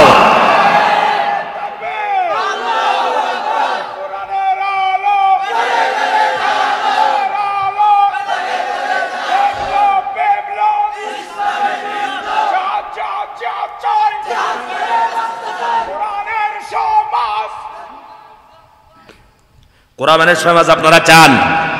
আপনারা বলেন তো দেখি, কোরআন ভিত্তিক যদি সমাজ হয় আপনাদের এলাকায় বা আমাদের দেশটা যদি কোরআন অনুযায়ী চলে, তাহলে শান্তির হবে না অশান্তির হবে? যারা বলছেন না তারা বলে যা অশান্তির হবে, আপনারা বলেন শান্তির হবে না অশান্তির হবে? শান্ত হবে না অশান্ত হবে? এই অশান্ত সমাজকে শান্ত করতে হবে একটি মাত্র কিতাব, সেটা হলো আল কোরআন। ঠিক কিনা বলেন? কোরআন হাদিস ছাড়া অশান্ত সমাজকে শান্ত করার কোনো সুযোগ নাই। এই জন্য আমার ভাইয়েরা, আমরা সবাই এখানে এসেছি দল মত নির্বিশেষে, একটি পরিচয়, সেটি হলো আমরা একজন মুসলমান। ঠিক কিনা কোন? আচ্ছা, ইমান কি দেখা যায়? বলেন তো, ইমান দেখা যায়? ইমান কার অনিচ্ছাকৃত ভাবেই ইমান কিভাবে চলে যায়, এই জন্য ইমানকে বুঝতে হয়। একটি কথাই জেনে রাখবেন, আল্লাহর কোরআন আপনি যে কোনো দল করতে পারেন। আমি কোন দলের বিরুদ্ধে বলেছি? কথা বলেন না? বলেছি? আমি কোন দলের বিরুদ্ধে বলি নাই, আল্লাহর কোরআনের পক্ষে কথা বলেছি। কোরআনের পক্ষে কথা বললে একদল মুনাফিকদের গায়ে চালাফেরা করবে। ঠিক কিনা? এই জন্য কিছু করার নাই, কোরআনের কথা বলতেই হবে। কিন্তু আপনি যে কোনো দল করেন কোনো সুবিধা নাই, কিন্তু কোরআন যে আল্লাহর কালাম, সূরা ফাতিহার আলিফ থেকে শুরু করে মিনাল জিন্নাতি ওয়ান নাসের সিন পর্যন্ত 100% সবসময় বিশ্বাস রাখতে হবে যদি ঈমানদার হয়ে কবরে যেতে চাও। শুধু নামাজ পড়লে ঈমানদার হওয়া যায় না, শুধু রোজা রাখলে ঈমানদার হওয়া যায় না, শুধু হজ করলে ঈমানদার হওয়া যায় না, শুধু যাকাত দিলে ঈমানদার হওয়া যায় না। আল্লাহর কালামের প্রতি পূর্ণ বিশ্বাস রাখতে হয়। ঠিক কি রাখুন? এই জন্য ইনশাআল্লাহ মওত পর্যন্ত আমরা কোরআনের সাথে থাকবো তো? ইনশাআল্লাহ, ইনশাআল্লাহ থাকবো তো? আল্লাহ পাক আপনাদেরকে আমাকে কবুল করুন, সবাই বলেন আমিন। আমরা যেন কোরআনের সমাজ কায়েম করতে পারি, যে সমাজ উপহার দিয়েছিলেন মুহাম্মদুর রাসূলুল্লাহ সাল্লাল্লাহু আলাইহি ওয়াসাল্লাম, সেই নবীর উম্মত আমরা। ঠিক না? হাসরের ময়দানে রাসূলুল্লাহ সাল্লাল্লাহু আলাইহি ওয়াসাল্লাম এই মুনাফিক উম্মতদেরকে দেখে বলবে, দূর হও, দূর হও, তোমরা দুনিয়ার দেখে আমার বিরোধিতা করেছিলে, আমার রেখে আসা দিন, রক্ত মাখা দিন, সেই দিনের বিরুদ্ধে তোরা কথা বলতে আঙ্গুল তুলেছিলি আমার দিনের কথার উপরে। এই জন্য আমার ভাইরা, মুসলমান হওয়া, পরিপূর্ণ মুমিন হয়ে কবরে যেতে হবে।